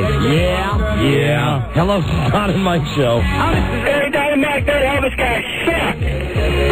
That seems to be the prevailing thought, and gosh, we may agree with you. However, keep in mind that we had the guy in the room with us. Yes. We were being polite. He was off key. I know he was off key, but listen, think about it. Wasn't that better than if we had a real Elvis guy come in who really sounded just like Elvis and just sang a song? It had to be a level of ridiculousness to have the Elvis guy in here, so it would have sucked if he was perfect. We wowed us. And we had no idea that we were going to get a slightly less than perfect Elvis impersonator. Who knew? The interview had a level of absurdity to start with, and I thought that added to it, and so it worked that way. Also very awkward the interview was. Yes, awkward, because it was just, I could not take the man seriously as he was sitting in our studio with his jumpsuit. It was impossible for me to take the man seriously. Don't forget, he thinks he's the best. And his approach was the serious business of Elvis impersonating. Wouldn't you agree? Yes. If I was him, perhaps I might have gone to the gangs and the drugs. But you know something? He was very cool about I think he understood our comedy angle on Elvis. Thick-skinned. Probably didn't like it, but understood it, and that's all we can really hope for with Elvis impersonators. Yeah, and my tribute artist. Tribute artist. We will root for him, nonetheless, this weekend. I'd love to see him win. Hello, Don and Mike Show. Bet you $1 million he doesn't. I bet he comes in the top 5. Hello? You want to make a serious bet? Well, he's in the top 20. Who picked him for the top 20? You know what I mean? Somebody picked him for the top 20. That person's probably going to have something to do with who's going to pick the top 5. Right? I mean, I think he's the top 20. I would still take that bet. That he finishes in the top 5? That he doesn't finish in the top. Okay, I'll bet you he finishes in the top 5, but I ain't putting anything on the line. Okay. It'll be a gentleman's bet. I'm not taking anybody to lunch. Okay, you're on. Okay. That's right, Jesus. Take him to lunch. Yeah, but whoever loses takes him to lunch. Oh, no, I don't feel that strongly. Very good. Although I will be going to lunch with Dennis Murphy sometime this week. Good. At the Palm Restaurant, downtown D.C. Dennis and I will be sitting at the power table together with Washington's elite where they meet and greet. I will be cutting Dennis's meat, feeding him... Buttering his bread. And also feeding him bread. You're going to feed him? You're going to butter and feed him his bread. All of that because the Millionaire Show is still on the air. Will Dennis be wearing a jumpsuit? No, he'll be wearing his best Dockers. That'd be nice. Hello? Hello? Yeah, you're on the air. Hi. Hey, how you doing, Don? Hi. Great. Good. I'm an implant from Chicago. I just moved here in Maryland. I never heard you guys until now, and I think you guys are very funny. Thank you very much. You're right. And that Elvis person, was he for real? Yes, he was. See, that's what makes it even funnier. The guy 100% is on the level. Very serious. He's really into it. I think that if you were to dig Elvis up and prop him in a chair, he could have sounded better than that guy. Oh, my. Okay. Oh, that was harsh. Way harsh. Thank you, my friend. Hello, Don and Mike Show. See, that was a segment where I hope that our audience gets the show enough to know that we were laughing, but we couldn't laugh like we really would laugh, like if we were watching him from another room or if we were watching a videotape. Right. Sure, he knew that, I think. Because the guy was standing right here. He knew where. He saw our faces. I mean, I turned around at one point. Poor Rob, who loves Elvis more than anybody, had to leave the room. Yeah, absolutely. Rob was laughing so much he was crying. Yes, that's true. Hello? Hello? Hello, Don and Mike Show. Don and Mike Show. Kelly calling. Yes, Kelly. Hey, I was at that Tony Robbins thing, and you're right, there was 10,000 crazy people, but when Trump was talking about how his 13 great tips to give you, y'all missed the most important one. What's that? He said, number 13, make sure you get a great prenuptial agreement. Yeah. The entire place just went dead silent, except for my buddy and I were just cracking up. It was absolutely priceless. All right. Thank you, my friend. Actually, it was in the article, and I chose not to read it. It's classic. You chose not to share that incredible rape your wit with our listening audience? Well, listen, this guy loved it. Yeah, he thought it was funny. It was fall down funny, slap nuts funny. Yes, Donald Trump, he's a funny man. Hello, Don and Mike Show. Hey, Don and Mike, I got a couple insights into this Elvis thing. I'm a musician. I played with a bunch of Elvis impersonators up in Massachusetts. There's a kind of a weird cult of these guys that impersonate Elvis, and there's a lot of musicians who jump on that. Because these guys pay, your average wedding band, you might make a couple $100 a night. Some of these guys pay you $500 a night to go up and help them basically entertain their mothers. So if you are a starving musician, you can make more with an Elvis guy than you can playing at a bar mitzvah or a wedding. Well, yeah, I think so. Some of those guys are actually very good, and they even get... Yeah, but don't you have to have sex with the guys afterwards? No, just with the guy that hands out the hankies to the old ladies. Okay, thank you. Hello, Don and Mike Show. Man, here's the deal. What's going on, Don and Mike? Listen, I just want to say something, Jack. I pay you $500 to back me up on this stage, and then I'd like you to have sex with me. All right, dude. That'll be $500 cash. Here's the guitar, man. Hello, Don and Mike Show. Hey, what's going on, Don and Mike? Hey, buddy. Hey, not to put the show in reverse a little bit, but hey, Don, Mike, remember on that hellified trip to Disneyland? Yeah? That you had over the vacation? Did you happen to run into Mark Voorhees down there? Mark Voorhees? Mike, isn't that the guy who calls... Mark Voorhees was a featured performer on Saved by the Bell. Yeah, but I was just wondering, what about her, Stacey Dash? Or what about that girl, Valerie Ray Miller? Rob knows who she is. It's the guy that knows the cast of Saved by the Bell? The Bell, right. No, Valerie Ray Miller was host of One Saturday Morning. I actually saw Mark Voorhees floating in the water underneath the Epcot ball. Hello, Don and Mike Show. Yeah, this is EAP, TCB. Hi, Elvis. Jeremy Coleman is an asshole. A big asshole, baby. And I'm going to rip his tongue out by the roots. Because I'm TCB, EAP. Let me say a little something about Mr. Ken Stevens. That guy was got some skin tags. I was up in the hotel, saw his skin tags.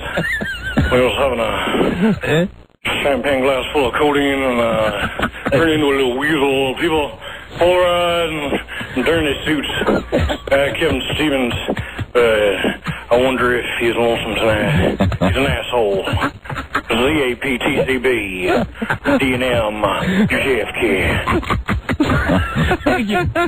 Now that is an excellent call. That's terrific. Jeremy Coleman, you're an asshole. That's the part I love. And the harmonica. That is the best the harmonica is what makes the call. Jeremy Coleman's an a-hole, that little harmonica riff right after that. Fantastic. Hello, Don and Mike Show. Am I on? Yes. Okay, just first of all, I'm originally from Memphis, and that guy was awful. We had some pretty good ones come through there, and then I moved to Las Vegas, and you've never seen as many Elvis impersonators as you have out there. Listen, you could be from Russia, and you know that guy was no good. Oh, yeah, he was awful. Also, about the movie Castaway, I worked on that film on the special effects, and and I didn't do anything about the plane crash. We did the rain. We made it rain because the house scene was all inside. You do the whales, too? No, I didn't do the whales. No, all we did is when he's pulling out in the truck and driving off, Hanks, we had the truck wired for the rain and then all that, and we squeeged it all off. But Tom Hanks is a great guy, and he was a blast around the set. But Helen Hunt is a bitch. Oh, thank you. Wow. Mike, I've just been handed this note. Yes. Which is why I'm laughing, because he would like it read now. Okay. If you'd like to book Stephen St. James at an upcoming event, call 301-624-0096. All right, get ready. Or email him, ElvisLivesTCB at AOL.com. I'm hungry. Start practicing. Hello. Good one with fresh in your mind. Don Mike Show. Hello. Hi, Don and Mike. This is Gladys. Oh. Happy New Year. Are you off your probationary period? Rob? Okay. What, Robbie? She was okay. She only had to wait till this year. She only had to wait till the first of the year. Boy, you've disciplined yourself, Gladys. Yes, I have. That's my new theme for 01, discipline. Right, that's your resolution. What can we do for you, Gladys? Just calling to say I'm so glad you're doing better, Don. Oh, thank you, Gladys. I was really concerned. Thank you for your concern. For you, and then the new baby, Julia. Thank you, Gladys. That's very exciting. Okay, Gladys. But I just want to say, my new resolution for this year is to lose weight. So every month I'm going to call you and tell you how much weight I lost. Beautiful. We'll live for it. Good luck, Then Gladys. I'll send a nice picture. Beautiful. That's right. Make it a nude picture, Gladys. Oh, you don't want to see that. You lose some weight, you get yourself a nice new broom to fly around on. Hey, make it a nude picture where you're taking tongue to nipple. No, I don't think so. But While you're diddling yourself. In the tub. in the tub. Filled with chocolate milk. Okay. I'd also like during Valentine's Day. I'd also like a German Shepherd involved somehow. Absolutely. I'd like you having sex with the German Shepherd. And a butt plug. I think in your dreams. And a red ball in your mouth. And a leather hood. You guys are crazy. Happy New Year. All right, Happy New Year. How about just a picture of you having sex with your husband? Oh, that's kind of scary. February 9th, Gladys. Yeah, bye-bye. Bye-bye. See? We know how to get her off. Found the way to get rid of Gladys the Gonad Gobbler. Right. Gladys Potter, the Gonad Gobbler. There she goes. That's how you do. You just start talking about raunchy sex. Hello, Don and Mike Show. Yeah, I just wanted to say a few words. A second, that fellow couldn't sing worth a crap. He was, we can go on together. Oh, my God. Suspicious of mine. Priscilla. I want a donut, and I want it now. All right, thank you. Goodbye. Oh, can I have a couple of fried peanut butter and banana sandwiches? Goodbye. You know, you get the impression like we're going to walk out tonight, there'll be a lobby full of them. Hey, man, give me a shot. Hey, man. I'm better than that guy was. Hey. I'm better than Stephen St. James. Hey. Elvis lives TCB at AOL.com. It's time for news and comments with Buzz now. Yes, it is. In a world where owning a radio was strictly forbidden, one man found a way to bring good news to his people. It's Buzz. He made it up. And Buzz, the lead story tonight has to be the fact that we, in fact, did walk off WNEW today. That's the big story in New York, anyway. Okay, what's your big national story? Tonight, will Bush pardon Clinton? Bush. Hey, whoops. Nice Bush. There it is. That's what I was looking for. Monstrous fact. Okay, please stay tuned. Stay tuned. Stay tuned. For news and comments. News and comments. Coming up on the Don and Mike Show. Don and Mike Show. That was very professional, man. This is the Don and Mike Show. What's the word? We Planet Cracker. What's the word? Jizzy. The Don and Mike Show. Now listen, Mike. Always a silver lining. Yes? Oh, first I got to read this card. Okay. Thursday we're giving away a vacation for two to New Orleans. All right, I love that city. To go to the WWF Royal Rumble. Oh, man, now that is a great wrestling destination. Everybody loves the wrestling. WWF Royal Rumble in demand. Call Comcast or Cox Cable to order WWF Royal Rumble Sunday, January 21, pay-per-view. Wonderful. We're giving away the trip on Thursday. Great trip. Well, I don't know what happened to the guy.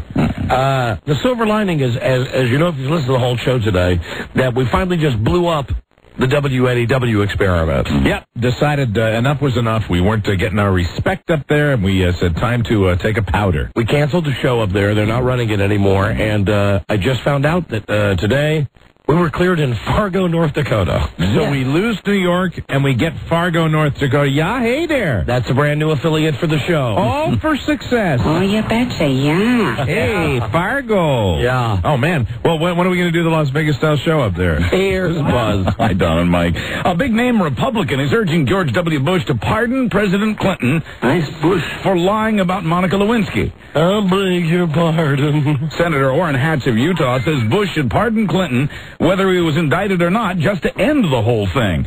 Seems likely Mr. Clinton will be indicted for fibbing under oath.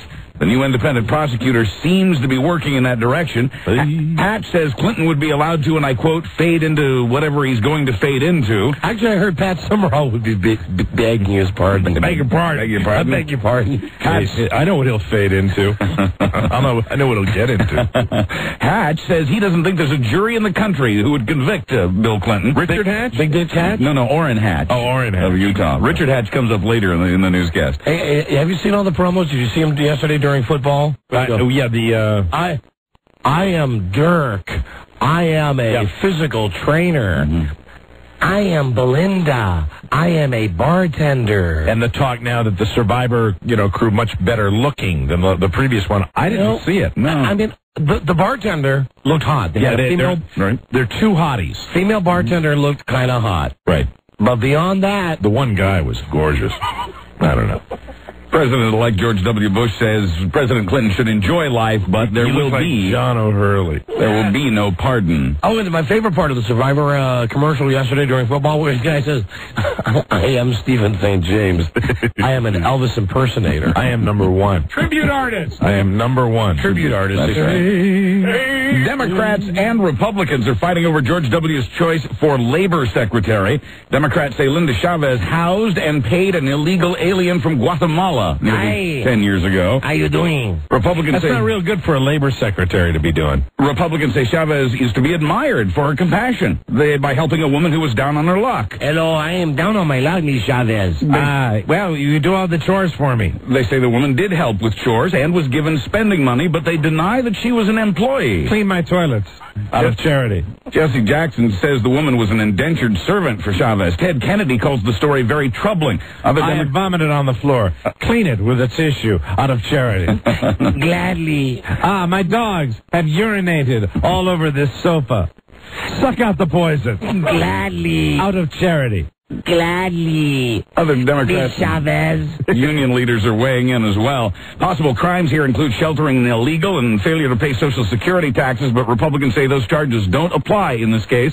Ms. Chavez says she didn't know until after the woman left her home that she was an illegal alien, but a friend of Ms. Chavez is now disputing that story. You cannot use that word charity when the person comes into your house and does jobs for you. Buzz? Yes. Hold on, excuse me. We have a newsmaker on the hotline. Oh, really? He would like to, and it says here on the card, redeem himself. Newsmaker Stephen St. James. Here he is. Hey, guys. Hey, Steve. Hi, Stephen. What's up? Hey. I know I've been getting my chops busted, and acapella really wasn't fair, so if you would do me a small favor to at least try to redeem myself a little bit. I want to play one track, not the whole thing, just the beginning of it. And if you still think it sucks, which I wouldn't blame you to say it, afterwards I'll take that, because I just gave my phone number out on the air. Is that fair enough? You mean this card? I read that to you as a favor, as a commercial. I understand that, but everybody else busted my chops about I suck. I really, just do me one favor, let me play like the first thing of this on the air, and I'll be happy. What do you want us to do, Stephen? All right, are we on the air? Yeah, we're live on the air. Okay. I want you to hear something real quick, if you don't mind. I'll do the first verse, and after that, I'll leave it with you. Then you guys can tell me what you really think. All right, go ahead. Stephen? Here it comes. All right. Okay. He was obviously upset.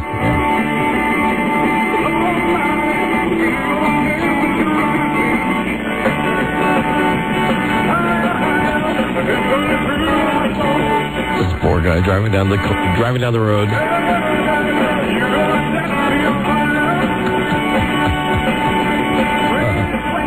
All right, Stephen. Steve.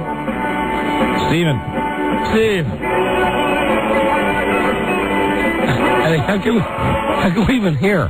He wants to hang up. He wants to play the whole track, he said. All right. Yeah. There you go. All right. Hearing that, it's much better. It was great. Yeah, that was much better. It was good. Absolutely. It was great. Hello, Don and Mike show. Oh, I thought we had some instant feedback for him there. Hello, Don and Mike. Don and Mike, I'm calling from New York. Yes, hi. Do you guys know that O&A say they're going to be on from 7 to 11 tonight? Yeah, gee, I wonder why that happened. Do you guys really quit? Yeah. That sucks. Okay, thanks. Thanks a lot. All right, thanks for some good radio, guys. Hey, thank you very much. We do appreciate it. Hey, am I 100 caller? Or I am 100 caller? No. We thought you were calling about our Elvis impersonator. Thank you. Sorry, guys. Take care. Bye-bye. Yeah, good move, NEW. Just do 8 hours of Opie and Anthony a day. 9. That's a smart move. Yeah, 9. Is that what they're doing? Is that what they decided to do? Well, that's what the guy on the phone just said. Right. Hey, they put tape on? Yeah, I'm sure they'll run a best of Opie and Anthony show Make from them 7 to 11. Make them stay there till 11. Wow. Jesus. Those guys are lazier than we are. No way. Well, serves them right. Hello, Don and Mike Show. Yeah, you're off the air there in Green Bay now. They're playing some basketball game or something.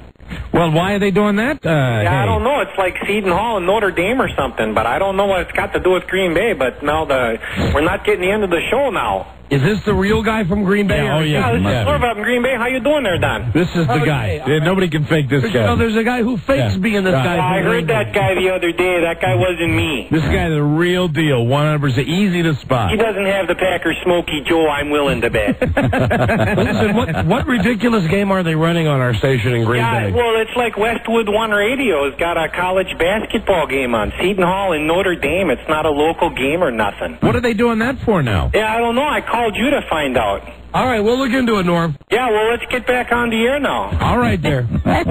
All right, dear. Thank you, Norm. Yeah, okay. Hey, go Packers next year, huh, Don? Yeah, oh, you know, that reminds me. Hope they win next year now. Yeah. Tomorrow, you've got to remind me to tell you about this gift. Bless his heart that my brother sent me. Ah, really? Your Christmas gift? My Christmas gift from my brother. Late arrival? Yeah, like what was it, some venison jerky or something? No. What it was maybe I'll bring it in tomorrow. Okay. You should. It is the gaudiest windsock. It's a thing that you hang like from your deck, except it's not a windsock because it doesn't go out like the kind of the airport. Yeah. It's like a little decorative. It's mobile. Up and down. Yeah, I know what you're talking about. Streamers. It's made out of nylon. It's obviously something that was handmade. Oh. It was something that was not like purchased. It has no NFL logo on it. Oh, but it is a Packer type thing? It's the Packers thing. And so it's a flag in a way, right? Well, I got to bring it in tomorrow. Kind of a flag windsock. I got to bring it in because when we opened up the box, both Frida and I just looked at each other and went, oh, my God. And I said to her, you know what? I'll put it on the deck at the beach house. Sure. She said, no, you're not. She immediately put it down in the basement. It is the thought that counts. Yes. And you know, then he called. And you had to say how much you loved it. And I did. I said I loved it. What you ought to do is put that jacket I gave you on and sit out on the deck underneath the windsock. Now listen, the jacket you gave me. Your son gives you a hard time about it being a little gaudy. The jacket looks like a tuxedo compared to this. Hey, thank you, Norm. Yeah, oh, you got one of those new leather Packer jackets then? Yeah, that's what Mike got me for Christmas. Yeah, those are pretty classy. Yeah. He never disappoints. He is terrific. Let me call my honey, and see if she didn't throw that thing away. Because I want to bring it in tomorrow to show it to you. I think I understand what you're talking about, the way you're describing it. It's kind of got a hole in the middle of it and little strands that hang down. But it is beyond gaudy. It's supposed to go on like a metal pole or something like that. Hey, honey. Yes, my boo-boo. How would you describe that gift that Jimmy sent us? Well, remember the owl with the clock in its stomach that he sent us one year, the ceramic? Right. Cool. On that par. All right. Do you still have it? Oh, yeah, it's in the basement. Honey, would you find it, please, so I can bring it in tomorrow and show it to Mike? Sure. No, but, you know, you make fun of it now, but it does kind of suit you. I mean, you do like the Green Bay stuff. I mean, listen, I said to my wife, seriously. Right. I would put it on the deck at our beach house. And if your wife wasn't there, would you put it on the deck at your house that you live in all the time? Probably would. Yes. Yes, I would. What did I find just earlier in that day in the bar? I found all those little mini bottles, and what did you tell me you were saving those for? Okay. Here's the deal. You know, like the little airline bottles? Yeah, little bottles of booze? Right. Well, for a while, before I escalated my drinking, yes, I used to go to the liquor store and just buy these little, like, 8-packs of vodka. Mm-hmm. And I would have a drink. And then what I would do, instead of throwing the bottles away, was I thought it would be neat in our bar area to actually line them up and make like little pyramids with them. Where you would have 4 on the bottom row. You're killing me now. 3 on the middle row. 2 on the hanging right next to him. A little macaroni glued to that. 2 on the second row and 1 on the... Because, you know, she came to me, she was cleaning up before the New Year's Eve party, and she said, why do you have these bottles stacked up in here? And I said, because it's, you know... It's decorative. 4 on the bottom row, right. So that's your artistic side. You're doing, you sneak off into your home and you're doing a little arts and crafts. Right. You missed your calling as a decorator, my boo-boo. All right, hey, sweetie, please find that thing tomorrow, okay? All right. So and by the way, Barty says that he would like to have that thing, so don't lose it. Oh, no, we're not losing it. Don't worry. He's going to have quite the bachelor pad. All right, love you. Okay, I love you too. Bye, boo. Bye-bye. That's great for a youngster's room. I'll bring it in tomorrow and show it to you. Hey, I have a question about stuff like that. Do you know when I was a little kid, I got posters of all the NFL teams when I was like 8 or 9 years old? Yeah. And I have all of them. They're all... Do you think those are valuable, the posters of all the NFL? I have pictures of the blue and white Los Angeles Rams. Why don't you have your wife go on eBay and find out how valuable those are? Yeah, that's right. It's exactly what I'll do. She can sell anything. No, I know that she can. She sells anything. It's amazing. I know there's a market for those. Really? I know it. Oh, I got to get them. Take it from someone who at one point paid $100 for a Green Bay Packers pennant. Oh, wow. You know those felt pennants that you used to hang in your room when you were a kid? Right. I bought one from 1965. I paid $100 for it. Yeah, we go down to the Super Bowl. You go to those memorabilia places. Right. They sell that crap all the time. Awesome. Yeah, Very they make good. some money. All right. Hold on. BN wants to say something. BN. Yo, what's up, Dynamite? Hi, BN. Hey, I think I just found somebody I hate just as much as 40. Who's that? Don't have that Elvis guy on there no more, man. Well, I think your haters might be well placed there, BN. All right. I just wanted to let you know that. And I know that as far as your show goes, 40 will never die, but I can guarantee he'll continue to smell that way. Well, now listen, hold on. I got something I want you to hear. Listen to this beautiful promo, this Mr. 40 promo, to show me something. Listen to this. Mr40.com. Oh, Mr. 40, you have shown me something high. They just out here chilling, everybody. We just chilling, you know. Good God, Mr. 40, it's 2001. You got to show me something more. Right. Don and Mike live at the Super Bowl. 3 weeks from now, they will show you something. Yep. There you go. There you go. It's Mr. 40, his very own Show Me Something promo. Well, I'll tell you what. I'll show him something, too. If he want to wrap his mouth around a 40 bottle, he can wrap it around my... Well, you know. All right. Okay. Jesus. He's so bitter. Yes, he is. Very much so. BN. Hello, Don and Mike Show. Hey, Don Mike. Hey. Yeah, I'm driving south here on 270 out of Frederick, and some guy in an Elvis suit just ran his little Mercedes-Benz sports car into a bridge abutment. You know, we're getting some good callers today. We really are. That made me laugh also. We are. Seriously about driving home one night. How easy it would be to take my little Mercedes convertible and stick it in that abutment on the side. Right. GIF, Elvis, Buzz. Yes. Hold on. Be right back. This is the Don and Mike Show. Stay tuned.